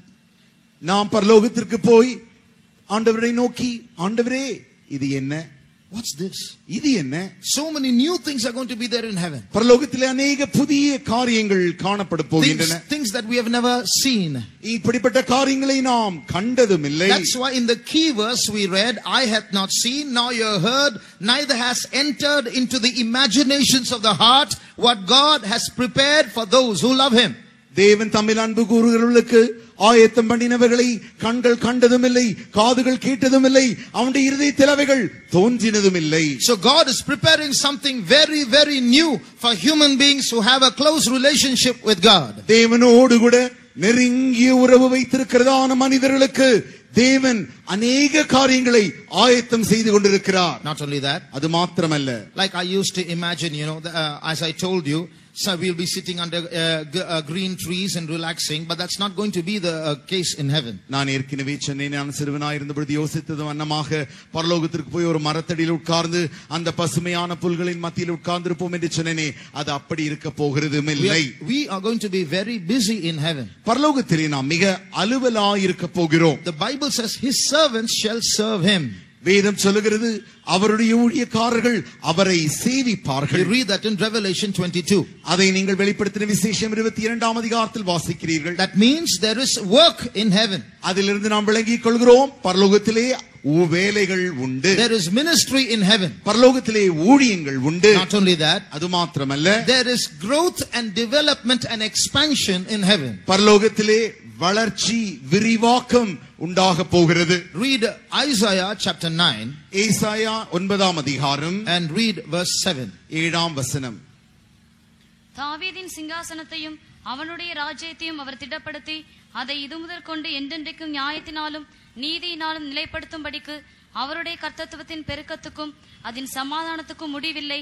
சேனைகளின் கர்த்தர் of the increase of his government and peace there shall be no end. Of the increase of his government there shall be no end. அவருடைய கர்த்தத்துவத்தின் பெருக்கம் எப்பொழுதும் உண்டாயிருக்கும், அதற்கு முடிவில்லை. What does that mean? அதன் அர்த்தம் என்ன? It doesn't say his government is an endless government. அவருடைய கர்த்தத்துவமானது முடிவில்லாத கர்த்தத்துவம் என்று சொல்லவில்லை. It says the increase of the government is endless. அவர் சொன்ன காரியம் அவருடைய கர்த்தத்துவமாகிய அரசாங்கமானது அது கர்த்தத்துவத்தின் பெருக்கத்திற்கு முடிவில்லை. அவருடைய கர்த்தத்துவத்தின் பெருக்கத்திற்கு முடிவில்லை. So that means it's not an endless government like going from age to age. It's endless expansion. It's endless development.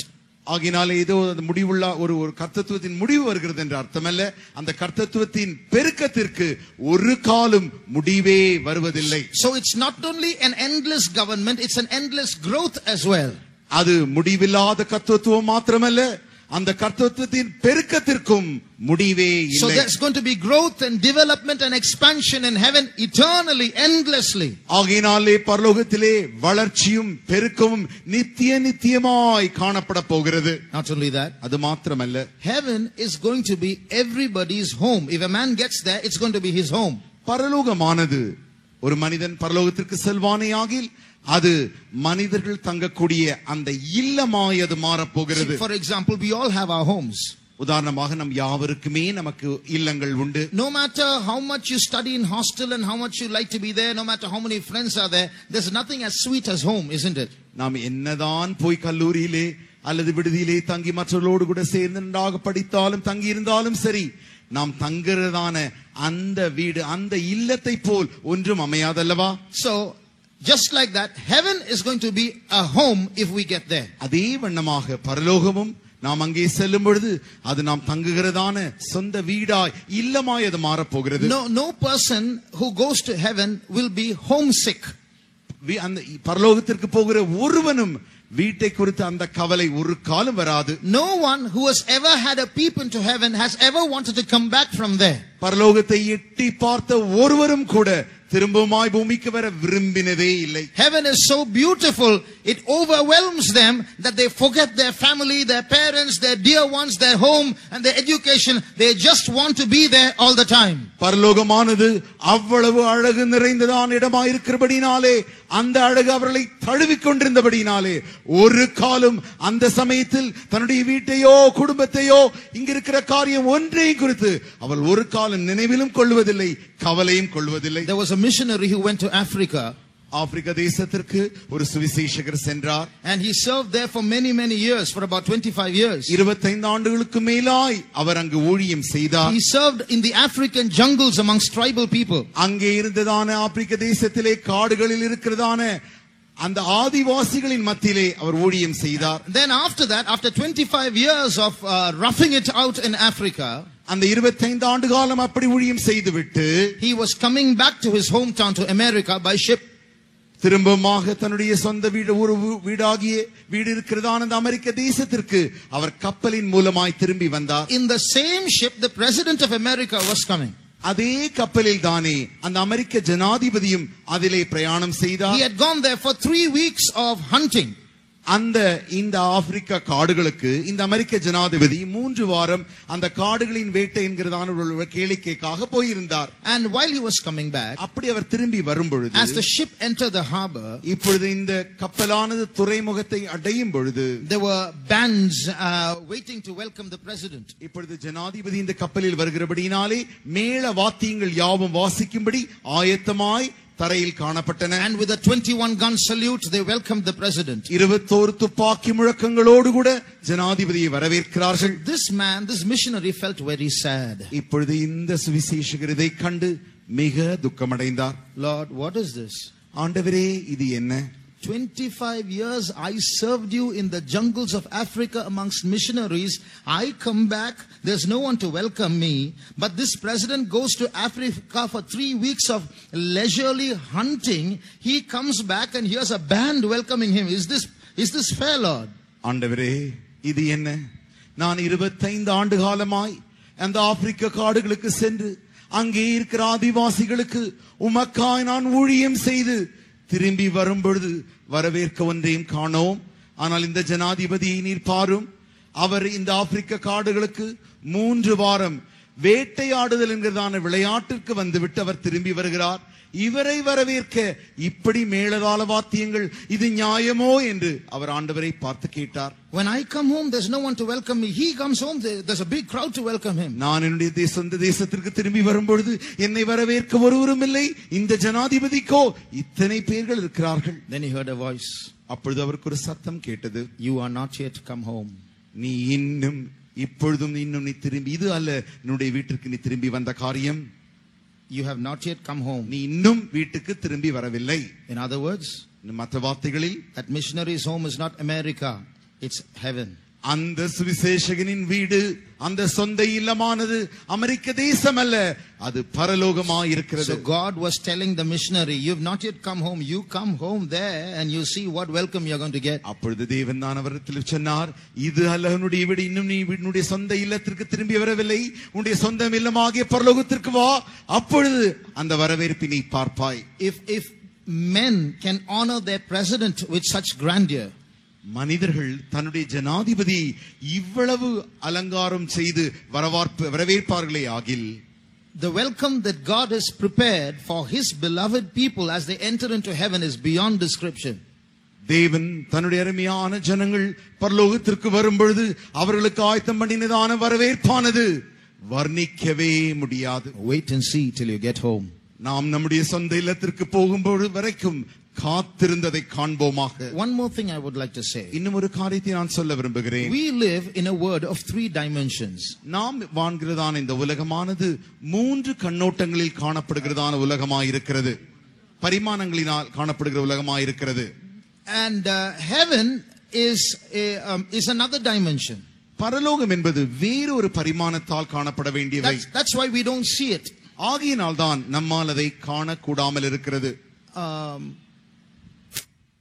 If you turn to Acts chapter 1, அப்போஸ்தல நடபடிகள் 1ஆம் அதிகாரத்திற்கு உடைய வேதத்தை திருப்பும் பொழுது, when Jesus entered into heaven from earth, பூமியிலிருந்து இயேசுவானவர் பரமண்டலங்களுக்கு ஏறி சென்ற பின்பு, read verse 9, 9ஆம் வசனம்.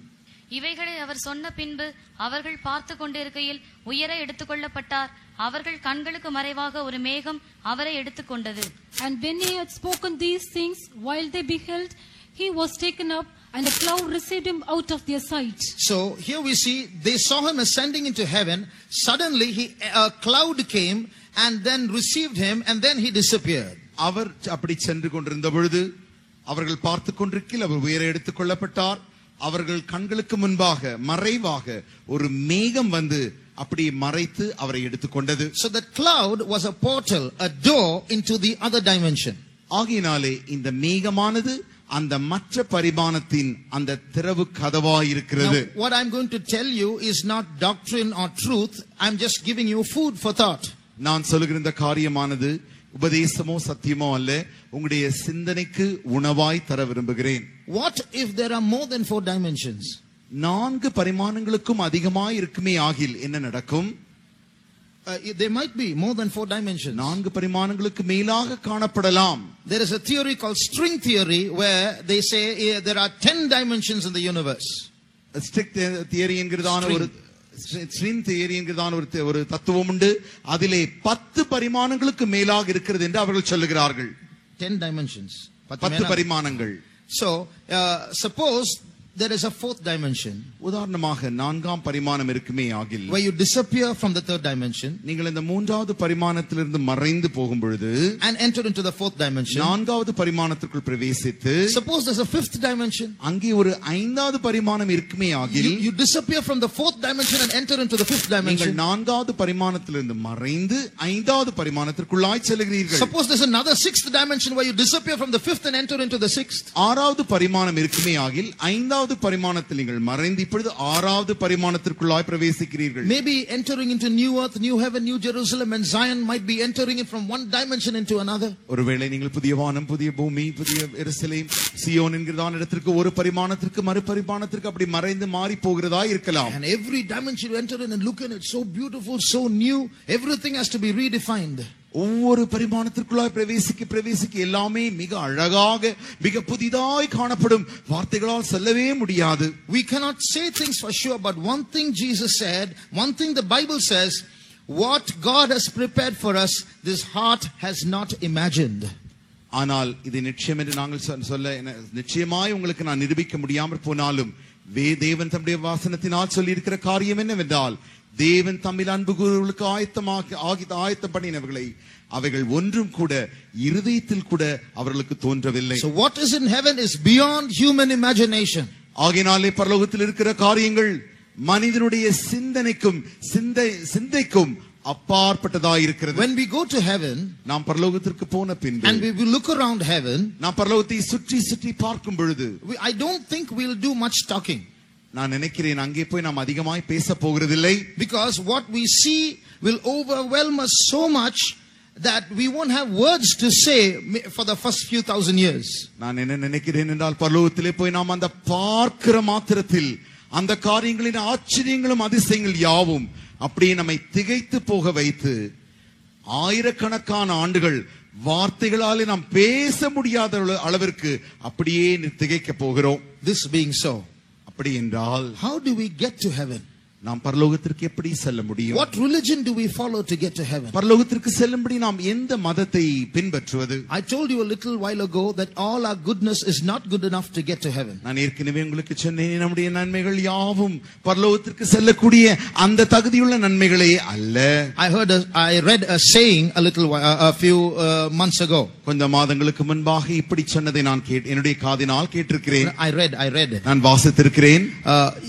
If you think that a particular person is so good that he'll surely go to heaven, நீங்கள் ஒருவேளை ஒரு குறிப்பிட்ட நபர் இவர் மிகவும் நல்லவர் பரலோகத்திற்கு செல்லுவார் என்று நினைப்பீர்களே, ஆனால் you don't know sin. உங்களுக்கு பாவம் என்ன என்றே தெரியவில்லை. On the other hand, மற்ற வார்த்தைகளில் சொல்லப்போனால், if you think a person is so bad he will never get to heaven, ஒரு மனிதனை பார்த்து இவன் மிக மோசமானவர் ஒரு காலம் பரலோகமே செல்ல மாட்டார் என்று நீங்கள் சொல்லுவீர்களே ஆகில், you don't know God. உங்களுக்கு தேவன் யார் என்றே தெரியவில்லை. So some of the goodness that we think is not good enough for heaven, some of the badness which we think disqualifies us can be swallowed up by the goodness of God. நாம் நினைக்கிறோம் இதெல்லாம் நல்ல காரியங்கள் நன்மைகள் என்று நினைக்கிறோமே, இந்த நன்மைகள் யாவும் பரலோகத்திற்கு செல்லக்கூடிய அளவிற்கு நன்மைகளே அல்ல. நாம் நினைக்கிறோமே இவைகள் எல்லாம் தீயவைகள் மோசமானவை நினைக்கிறோமே, தேவனுடைய நன்மைகளாலே இந்த தீயவைகள் விழுங்கப்பட்டு விடுகின்றன. So finally you see a stairway there leading to a place beyond the clouds. கடைசியாக நீங்கள் எங்கே நிற்கிறீர்கள்? அந்த மேகத்திற்கு அப்பாய் நிற்கிறதான அந்த இடத்தில் இருக்கிறீர்கள். No. You find a stairway there reaching beyond the clouds. You find a stairway, a staircase. நீங்கள் போகிறதான அந்த மேகத்திற்கு அப்பாற்பட்ட இடத்தில் வாசற்படிகளை காண்கிறீர்கள். What is that stairway in real life? அந்த படிகள், அந்த படியின் வழி என்ன காட்டுகிறது? Not a religion. அது மதத்தை அல்ல. Not a philosophy. அது ஒரு தத்துவத்தையும் அல்ல. No religion in this world can take us to heaven. இந்த உலகத்தில் காணப்படுகிற எந்த மதமும் நம்மை பரலோகத்திற்கு எடுத்து செல்ல முடியாது. The Bible says even Christianity will not take a person to heaven. வேதமும் சொல்லுகிறது கிறிஸ்தவ மதமும் கூட மனிதனை பரலோகத்திற்கு எடுத்து செல்ல முடியாது. The way to heaven is not a set of teachings. The way to heaven is a person. பரலோகத்திற்கு செல்லக்கூடிய வழி என்பது ஏதோ ஒரு போதனைகளினால் அல்ல, அது ஒரு நபரினால் மாத்திரமே. It's not by following a set of rules. It's a person who takes us to heaven. சட்ட திட்டங்களை பின்பற்றுவதனாலே பரலோகத்திற்கு சென்று விட முடியாது, ஒரு நபரினாலே மாத்திரமே பரலோகத்திற்கு செல்ல முடியும். Jesus said, I am the way to heaven. இயேசு சொன்னார், நானே பரலோகத்திற்கு வழியாயிருக்கிறேன். He didn't say I show the way to heaven. He said I am the way to heaven. இயேசு நான் உனக்கு பரலோகத்திற்கு வழியை காட்டுகிறேன் என்று சொல்லவில்லை. அவர் சொன்னார், பரலோகத்திற்கு நானே வழியாயிருக்கிறேன். Like small children stumble when they walk, we human beings have to admit with all our goodness every day with our own strength we stumble all the time. சிறு பிள்ளைகள் எப்படி நடக்க துவங்கும் பொழுது தவறி விடுகிறார்களோ, கிறிஸ்தவர்களாகிய நாம், மனிதர்களாகிய நாம் இப்படிப்பட்டதான with all our goodness we are stumbling all the time. நமக்குள்ள இருக்கிறதான எல்லா நன்மைகள் இருந்தாலும் கூட அநேக முறை நாம் வழுகி விழுந்து விடுகிறோம். Somewhere a lie comes. திடீரென்று ஒரு பொய் வந்து விடுகிறது. Somewhere our short temper is expressed. திடீரென்று நம்முடைய கடுங்கோபம் வந்து விடுகிறது. Somewhere a lustful emotion proceeds. திடீரென்று நமக்குள்ளே இச்சை புறப்பட்டு வந்து விடுகிறது. So some way or the other we are stumbling all the time. எங்கேயோ ஒரு இடத்தில் எப்பொழுதுமே நாம் தவறி விழுந்து கொண்டே இருக்கிறோம். Anyone here who can say from my birth till today I have never done anything wrong, put up your hands. இங்கு யாராகிலும் ஒருவர் என்னுடைய பிறப்பிலிருந்து இந்நாள் வரைக்கும் நான் தவறே செய்ததில்லை என்று சொன்னால் உங்களுடைய கரத்தை உயர்த்துங்கள். If you lift up your hands, that also will be a wrong. நீங்கள் அப்படி தவறி கையை உயர்த்தி விட்டால் அதுவே தவறாய் மாறிவிடும். So we are all human beings. நாம் எல்லாரும் மனிதர்களே. We all make mistakes all the time. நாம் எப்பொழுதுமே தவறுகளை செய்து கொண்டுதான் இருக்கிறோம். As a preacher I can't lift you up because I myself make mistakes. நான் ஒரு பிரசங்கியாக நான் உங்களை தூக்கி விட முடியாது, ஏனென்றால் நானே சில தவறுகளை செய்து விடுகிறேன். As a human being if I try to lift you up I'll fall down with you. நான் ஒரு மனிதனாக உங்களை தூக்க முயற்சிக்கும் பொழுது உங்களோடு கூட நானும் விழுந்து விடுவேன். So to lift us up we need someone who has never committed any sin. நம்மை உயர்த்தும்படியாக தூக்கும்படியாக பாவமே செய்யாத ஒருவர் அவசியமாயிருக்கிறார். And we need that someone who has never committed any sin to be strong enough to lift up anyone who comes with sin, to lift that man up.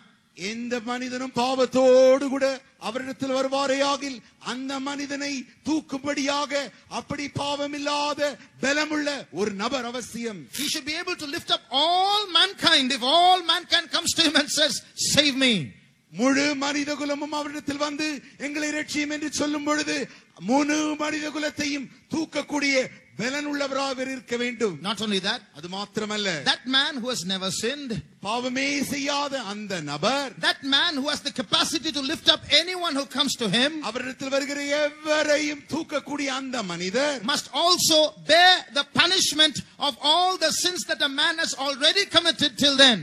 அது வரைக்கும் மனிதன் செய்ததான பாவத்திற்கிய தண்டனையை அந்த தூக்கக்கூடிய நபர் அனுபவிக்க வேண்டும். All this is fulfilled only in one person in this entire universe. இந்த முழு அண்ட சராசரத்திலும் இப்படிப்பட்ட சொல்லப்பட்ட சகல காரியங்களையும் ஒரே ஒருவர் மாத்திரமே அது அவர் மூலமாய் சாத்தியம். Can anyone say loudly who is that? சத்தமாக நீங்கள் அது யார் என்று சொல்ல முடியுமோ? Hallelujah! Hallelujah! Jesus is the way to heaven. இயேசு மாத்திரமே பரலோகத்திற்கு வழியாய் இருக்கிறார். We don't want to mince words and please anyone. நாங்கள் ஏதோ வார்த்தைகளை நன்றாக சொல்லி உங்களை பிரியப்படுத்த விரும்பவில்லை. But the Bible says, I want to tell you what the Bible says, whether you like it or not. The Bible says there is no other name under heaven whereby we might be saved other than the name of Jesus. இயேசு என்ற நாமம் அல்லாமல் உங்களை நம்மை ரட்சிக்கும்படிக்கு இந்த முழு அண்ட சராசரத்திலும் வானத்தின் கீழே வேறு ஒரு நாமம் இல்லை என்று சொல்லி உங்களுக்கு வேதம் பிடிக்கிறதோ இல்லையோ இந்த வேதம் அதை சொல்லுகிறது. So if you want to go to heaven, நீங்கள் பரலோகத்திற்கு போக விரும்பினால் it's not enough to be good. நல்லவராயிருந்தால் போதாது. Because we can't be good. நம்மால் நல்லவராயிருக்க முடியாது. But we have Jesus who can make us good. நம்மை நல்லவராய் மாற்றக்கூடிய இயேசு நமக்கு உண்டு. This evening, if there's anyone who can come to Jesus and say, Jesus, save me. இந்த மாலை வேளையில் யாராகிலும் ஒருவர் ஓடி வந்து இயேசுவினிடத்தில் இயேசுவே என்னை ரட்சியும் என்று நீங்கள் சொல்லுவீர்களே ஆகில், then that Jesus will come and give you the strength to be a good person. நீ ஒரு நல்ல மனிதனாய் இருக்கும்படிக்கு தேவையான பலனை அந்த இயேசு உனக்கு தருவார். You know, when he hung on the cross 2000 years ago, 2000 ஆண்டுகளுக்கு முன்பு அவர் சிலுவையில் தொங்கிக் கொண்டிருந்த பொழுது we might think that he was a coward. அவர் ஒரு கோழை என்று நாம் நினைத்தோம். Some people say, you say Jesus is God, why did he allow himself to get killed? சிலர் சொல்லுவார்கள், நீங்கள் இயேசுவை தேவன் என்று சொல்லுகிறீர்கள், அப்படி இருக்கும் பட்சத்தில் அவர் ஏன் தன்னை கொலை செய்யும்படி அப்படியே அனுமதித்தார்? You think he couldn't have escaped? தப்பித்துக் கொள்ள அவரால் முடியாதா என்ன? You think he was defeated at that time? அந்த வேளையில் அவர் தோற்று போனாரா என்ன?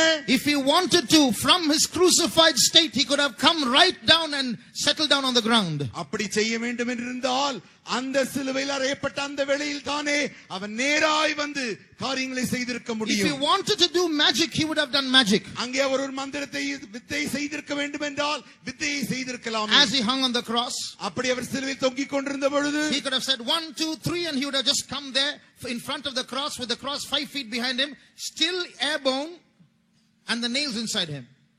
வேண்டுமென்றால் 1 2 3 என்று சொன்ன மாத்திரத்தில் அப்படியே அந்த சிலுவை மரத்திலிருந்து ஒரு 5 அடி தூரத்திற்கு முன்பாக வந்து அப்படியே காற்றில் தொங்கிக் கொண்டு நின்று கொண்டிருக்கலாமே. And again with another 1 2 3 all the nails would have come out another 5 feet in front of him. ஏன் 1 2 3 என்று சொன்ன மாத்திரத்தில் அந்த ஆணிகள் 5 அடி தூரத்தில் வந்து அப்படியே அந்தரங்கத்தில் நின்றிருக்கலாமே. He could have done that if he wanted to. வேண்டுமென்றால் அவர் செய்திருக்கலாம். But he didn't do it. அவர் அப்படி செய்யவில்லை. Why? ஏன்? He had to pay the penalty for all the sins that you and I committed till the day we came to know him. அவரை அறியும் நாள் வரை நீங்களும் நானும் செய்த சகல பாவத்திற்கும் அவர் தண்டனை அனுபவிக்கும்படியாக. For all the sins that we committed in our ignorance, God the Father beat his son for it. நாம் நம்முடைய அறியாமையினால் செய்த எல்லா பாவத்திற்காய் பிதாவாகிய தேவன் அவரை அடிக்க வேண்டியதாயிற்று. The times of our ignorance God winked at. God did not consider. நம்முடைய அறியாமையின் காலத்தில் தேவன் அதை கண்டுகொள்ளவில்லை. But now he commands every man and everywhere to repent. ஆனால் இப்பொழுதோ சகல மனுஷரும் மனம் திரும்பும்படி அவர் விரும்புகிறார். Shall we close our eyes? நம்முடைய கண்களை மூடுவோமா? That Jesus whom we are speaking about is right here today. நாம் பேசிக் கொண்டிருக்கிறதான இந்த இயேசு இந்த மாலை வேளையில் நம்முடைய மத்தியில் இருக்கிறார். He is in another dimension. You cannot see him, but he's very real. He's right here. அவர் வேறொரு பரிமாணத்தில் இருக்கிறபடினாலே உன்னால் காண முடிகிறதில்லை. ஆனால் அவர் நிஜம், அவர் உண்மையாகவே இங்கே இருக்கிறார். If you come to Jesus, no matter what a great sinner you might be, he has the blood to wash you and cleanse you. எவ்வளவு பெரிய பாவியாய் இருந்தாலும் சரி, அது பரவாயில்லை. நீ அவரிடத்தில் வருவாயே ஆகில் அவருடைய இரத்தம் உன்னை கழுவி சுத்திகரிக்க கூடியதாய் இருக்கிறது. Those who are listening to us for the first time, முதலாய் எங்களுடைய வார்த்தையை கேட்டுக்கொண்டிருப்பாயே ஆகில், I want to tell you, we here once upon a time we were many terrible sinners. நாங்கள் உங்களுக்கு ஒரு காரியத்தை சொல்ல விரும்புகிறோம். அநேக காலங்களுக்கு முன்பாய் நாங்கள் பெரும் பாவிகளாய் இருந்தோம். Amongst us are people who are adulterers, family. எங்களுக்குள்ளே சிலர் இருக்கிறார்கள், முற்காலத்தில் நாங்கள் விபச்சாரர்களாய் இருந்தோம். We were smokers and drunkards. நாங்கள் புகை பிடிக்கிறவர்களாய் இருந்தோம், குடிகாரர்களாய் இருந்தோம். We were people who practiced witchcraft. நாங்கள் மந்திரவாத சக்திகளை பயிற்சிவித்தவர்களாய் இருந்தோம். Some of us have gone to prison and come back. சிறைகளில் சிலர் சிறைச்சாலைக்கும் சென்றுவிட்டு திரும்பமாய் வந்திருக்கிறோம். But one day we came to know about Jesus. ஆனால் ஒரு நாள் இயேசுவை நாங்கள் அறிய ஆரம்பித்தோம். When we heard sermons like this and came to Jesus, இப்படிப்பட்ட பிரகார பிரசங்கிகளை நாங்கள் கேட்டு இயேசுவிடத்தில் நாங்கள் வந்த பொழுது that Jesus came and touched us. அந்த இயேசு வந்து எங்களை தொட்டார். You know there is power in the death of Jesus. இயேசுவின் மரணத்திலே வல்லமை உண்டு என்று நீ அறியாயோ? Jesus may have died 2000 years ago. இயேசு ஒருவேளை 2000 ஆண்டுகளுக்கு முன்பாக மரித்திருக்கிறார். He may have died 5000 miles away.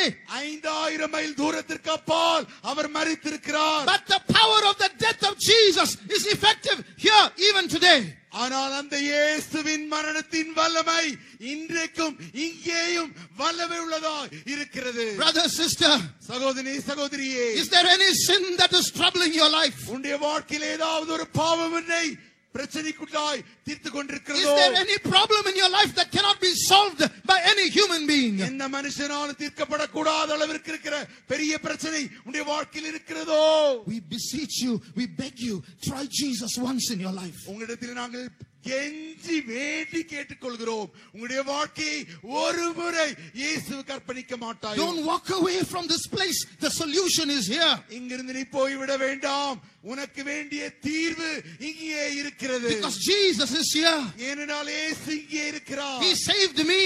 அவர் என்னை ரட்சித்தார். He saved all of us here. இங்க இருக்கிற எல்லாரையும் அவர் ரட்சித்தார். And He has the power to save you as well. உன்னையும் அவர் ரட்சிக்க வல்லமை உடையவராய் இருக்கிறார். Whatever might be your problem.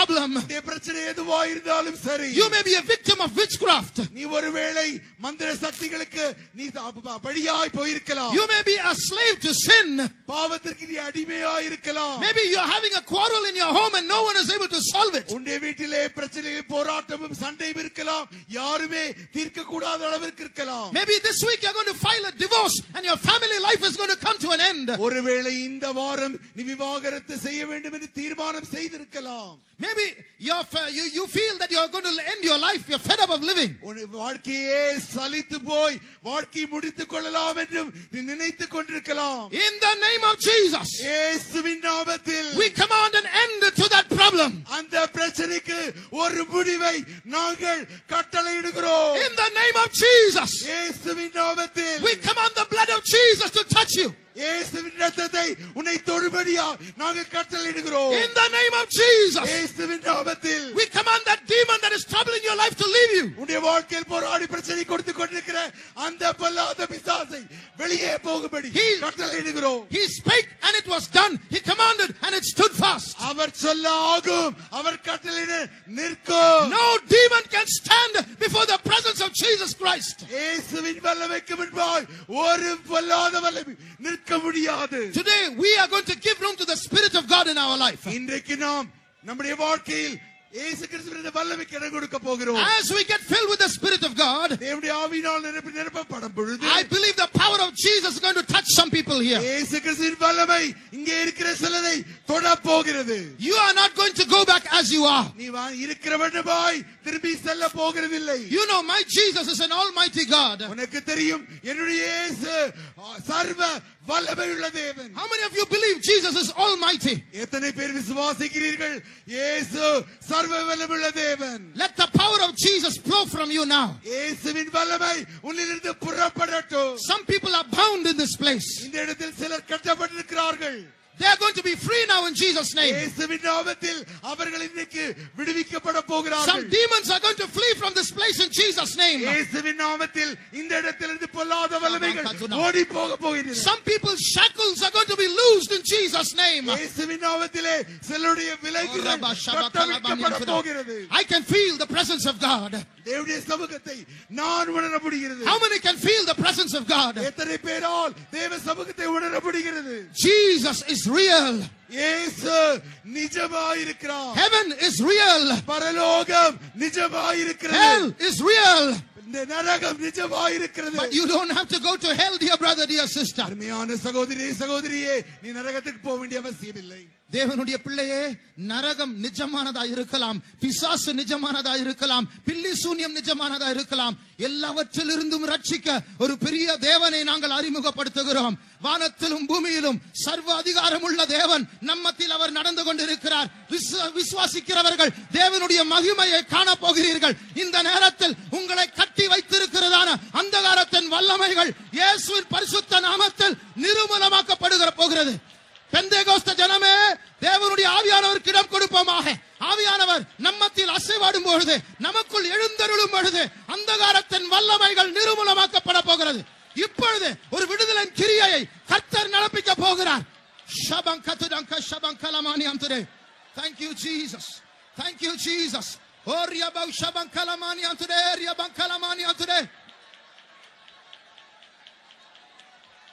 கவனியுங்கள், என்னுடைய வாழ்க்கையில் என்னுடைய குடும்பத்தில் பிரச்சனைகள் உண்டு. எங்கேயோ அலைந்தேன், இதுவரைக்கும் விடுதலை கிடைக்கவில்லை. இங்கேயாவது சமாதானம் கிடைக்குமா என்று நான் வந்திருக்கிறேன் என்று யாராவது இங்கே இழுப்பீர்கள் என்றால், தயவு செய்து பயப்படாமல் தயங்காமல் முன்னாடி நடந்து வாருங்கள்.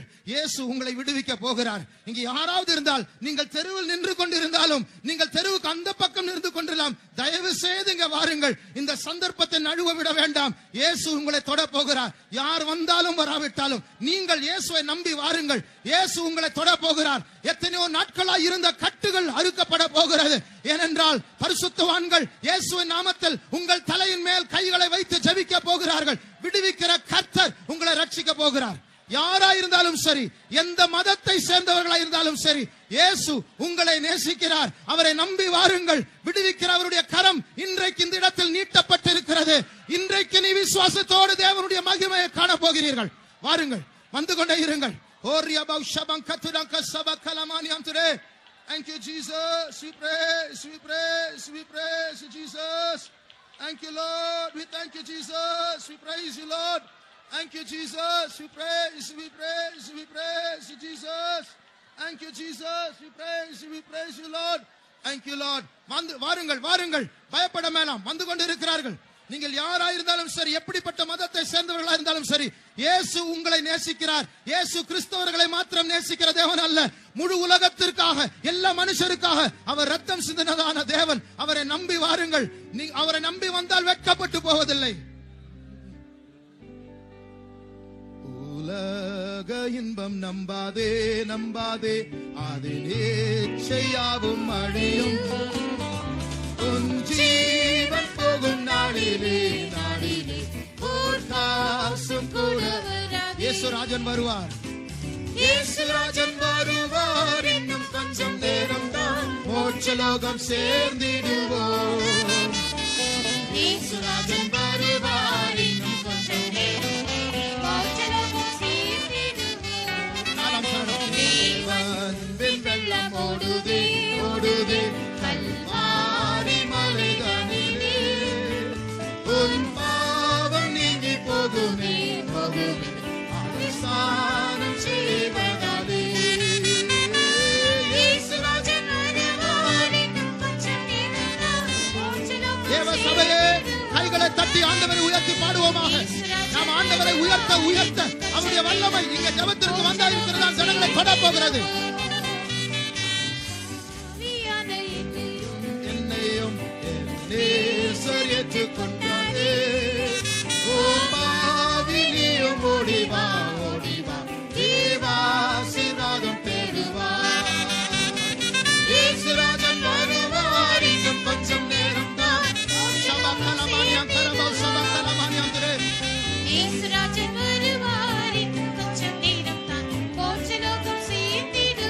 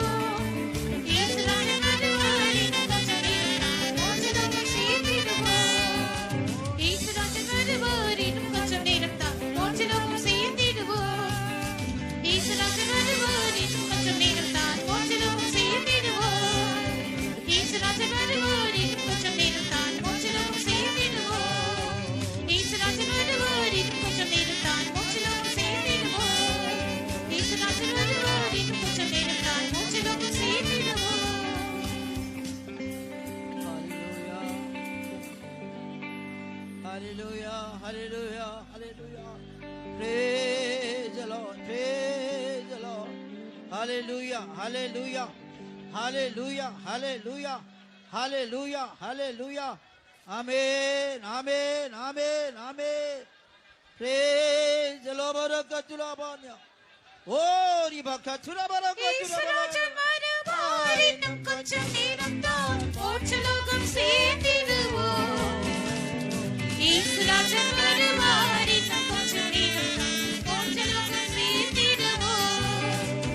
இயேசுராஜன் வருவார், இன்னும் கொஞ்சம் நேரம் தான் மோட்சலோகம் சேர்ந்திடுவோம். இயேசுராஜன் வருவார், இன்னும் கொஞ்சம் நேரம் தான் மோட்சலோகம் சேர்ந்திடுவோம். இயேசுராஜன் வருவார், இன்னும் கொஞ்சம் நேரம் தான் மோட்சலோகம் சேர்ந்திடுவோம். இயேசுராஜன் வருவார், இன்னும் கொஞ்சம் நேரம் தான் மோட்சலோகம் சேர்ந்திடுவோம். இயேசுராஜன் வருவார், இன்னும் கொஞ்சம் நேரம் தான் மோட்சலோகம் சேர்ந்திடுவோம். இயேசுராஜன் வருவார், இன்னும் கொஞ்சம் நேரம் தான் மோட்சலோகம் சேர்ந்திடுவோம். இயேசுராஜன் வருவார், இன்னும் கொஞ்சம் நேரம் தான் மோட்சலோகம் சேர்ந்திடுவோம். இயேசுராஜன் வருவார், இன்னும் கொஞ்சம் நேரம் தான் மோட்சலோகம் சேர்ந்திடுவோம். இயேசுராஜன் வருவார், இன்னும் கொஞ்சம் நேரம் தான் மோட்சலோகம் சேர்ந்திடுவோம். இயேசுராஜன் வருவார், இன்னும் கொஞ்சம் நேரம் தான் மோட்சலோகம் சேர்ந்திடுவோம். இயேசுராஜன் வருவார், இன்னும் கொஞ்சம் நேரம் தான் மோட்சலோகம் சேர்ந்திடுவோம். இயேசுராஜன் வருவார், இன்னும் கொஞ்சம் நேரம் தான் மோட்சலோகம் சேர்ந்திடுவோம்.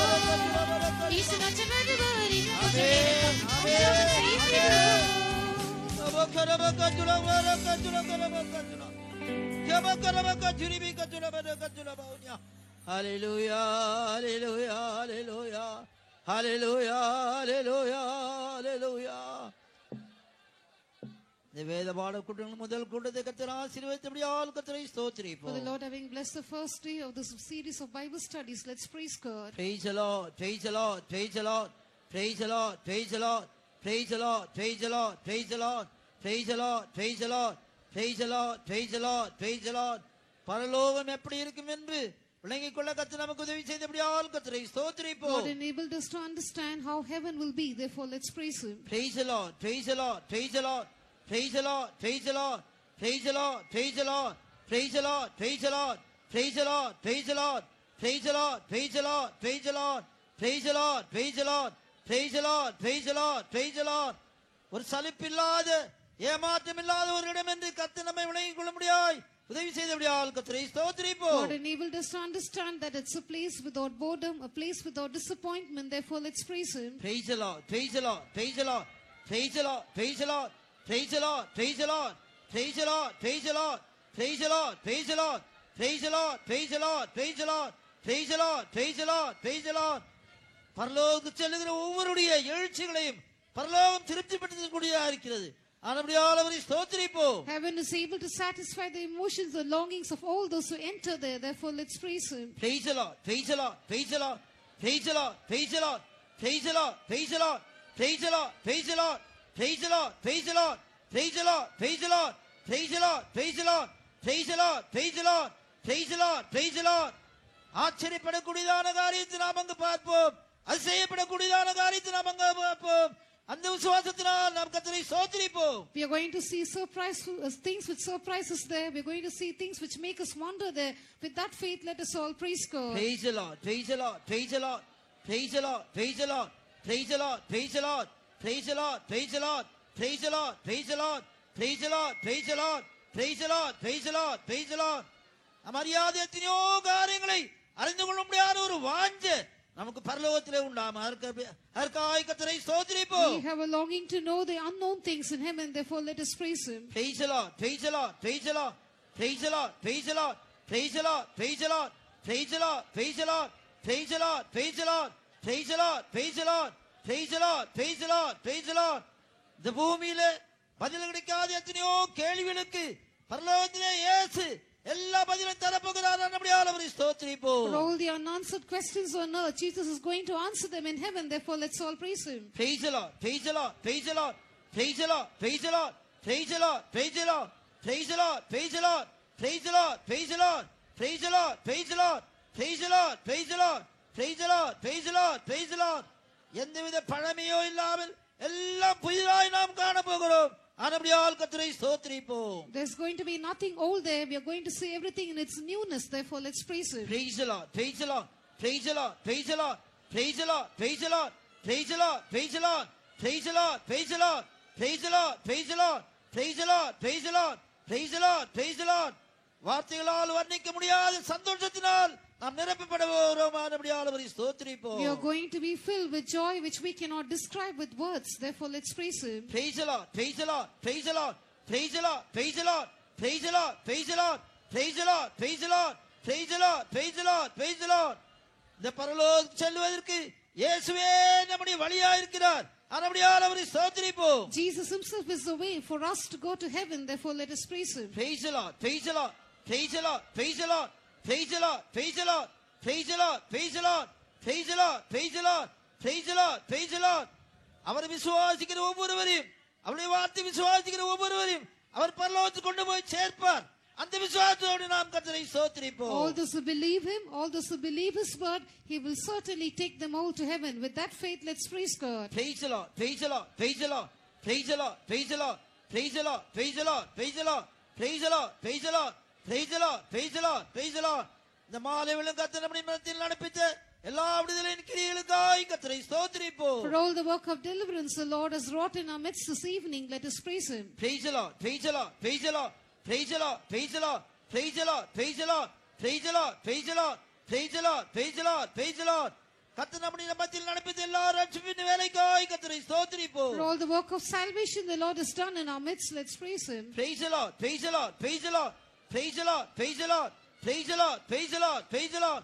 தொடர்ந்து இந்த கூட்டங்களை ஆசீர்வதிக்கும்படியாய் ஸ்தோத்திரிப்போம். For God to continue to bless these meetings, let us praise Him. Praise the Lord, praise the Lord, praise the Lord, praise the Lord, praise the Lord, praise the Lord, praise the Lord, praise the Lord, praise the Lord. நம்முடைய இயேசு சீக்கிரமாய் வரப்போகிறபடியால் அவரை ஸ்தோத்திரிப்போம். Our Jesus is going to appear soon, therefore let us praise Him. Praise the Lord, praise the Lord, praise the Lord, praise the Lord, praise the Lord, praise the Lord, praise the Lord, praise the Lord. எல்லா துதி கன மகிமை இயேசுவுக்கு கொடுத்து ஸ்தோத்திரிப்போம். Giving all praise, honor and glory to Jesus, let us praise Him. Praise the Lord, praise the Lord, praise the Lord, praise the Lord, praise the Lord, praise the Lord, praise the Lord, praise the Lord, praise the Lord, praise the Lord. பிதா குமாரன் பரிசுத்த ஆவியானவரை ஸ்தோத்திரிப்போம். The Father, the Son and the Holy Spirit, let us praise God. Praise the Lord, praise the Lord, praise the Lord, praise the Lord, praise the Lord, praise the Lord, praise the Lord, praise the Lord, praise the Lord, praise the Lord, praise the Lord. ஜெபமனுவோம். எங்களை நேசிக்கிற நல்ல ஆண்டவரே, இந்த இடத்தையும் இந்த சபையை நேசித்து கர்த்தாவே இந்த வருஷத்தில் இப்படிப்பட்டதான ஒரு வேத பாடத்தை எங்களுக்கு ஆயத்தபடி தந்தபடியா ஸ்தோத்திரம்.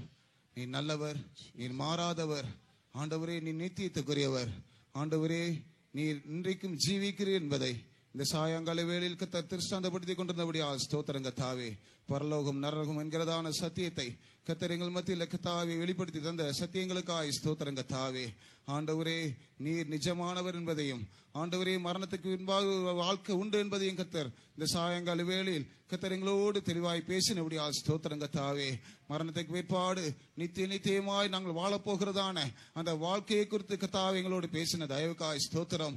பரலோகத்தில் எங்களுக்கு கடைய இருக்க போகிறதான சுதந்திரத்தையும் ஆண்டவரே நாங்கள் அடைய போகிற சந்தோஷத்தையும் சமாதானத்தையும் இளைப்பாறுதலையும் குறித்து கர்த்தாவே எங்களோடு பேசின தயவுக்காய் ஸ்தோத்திரம். கர்த்தாவே ஆண்டவரே, வந்ததான ஒவ்வொருவரையும் நீர் பலப்படுத்தினரே, திருப்தி ஆக்கினரே, உம்முடைய வார்த்தையை கொண்டு கர்த்தாவே அவங்களை பலப்படுத்தினபடியா ஸ்தோத்திரம். கர்த்தாவே, எத்தனையோ ஆத்துமாக்கள் வந்து ஒப்பு கொடுக்கவும் தங்களுடைய ஆத்துமாக்களை கர்த்தாவே கர்த்தருடைய கரத்தில் ஒப்பு கொடுக்க கர்த்தர் உதவி செய்தபடியா ஸ்தோத்திரம். கர்த்தாவே, பாவத்திலும் சாபத்திலும் மரண பயத்திலும் பலவிதமான பிரச்சனைகளிலும் நிறைந்ததான ஒவ்வொருவரையும் கர்த்தாவே இந்த சாயங்கால வேளையிலும் கர்த்தருடைய வார்த்தையை கொண்டு நீர் தைரியப்படுத்தி கர்த்தருடைய எல்லா பிசாசின் கட்டுகள் சிறையிருப்பிலிருந்தும் விடுதலையை தந்தபடியா ஸ்தோத்திரம். கர்த்தாவே ஆண்டவரே, ஒப்பு கொடுத்த ஒவ்வொரு ஆத்துமாக்களையும் நித்திய ராஜ்யத்துக்கு ஆயத்தப்படுத்தபடியா ஜெபிக்கிறோம். தேவ மகிமையினால் தேவ பிரசன்னத்தினால் எங்களை நிரப்பினபடியா ஸ்தோத்திரம். கர்த்தாவே, அந்தகாரத்தின் கட்டுகளை அறுத்து எறிந்தபடியா ஸ்தோத்திரம். கர்த்தாவே, சிறையிருப்புகள் வந்த ஜனங்களுக்கு தந்த விடுதலைக்காய் ஸ்தோத்திரம். கர்த்தாவே, உம்முடைய நாமத்தை கர்த்தர் மகிமைப்படுத்தினபடியா ஸ்தோத்திரம். ஆண்டவரே, உம்முடைய நாமம் தொடர்ந்து மகிமைப்படட்டும். கர்த்தர் பலப்படுத்தும். இயேசு கிறிஸ்து வேண்டிக் கொள்கிறோம் நல்ல பிதாவே, ஆமென். நம்முடைய கர்த்தராகிய இயேசு கிறிஸ்துவின் கிருபையும் பிதாவாய தேவனும் பரிசுத்த ஆவியின் ஐக்கியமும் சமாதானம் கர்த்தர் வரும் வரைக்கும் நம்மளோடு கூட இருப்பதாக. ஹல்லேலூயா, ஹல்லேலூயா, ஹல்லேலூயா. இப்பொழுது பாட்டுகள் பாடப்படும் போது ஜெபம் தேவையான முன்னுக்கு வரலாம். தேவனுடைய ஊழியக்காரர் உங்களுக்காக ஜெபிப்பார்கள்.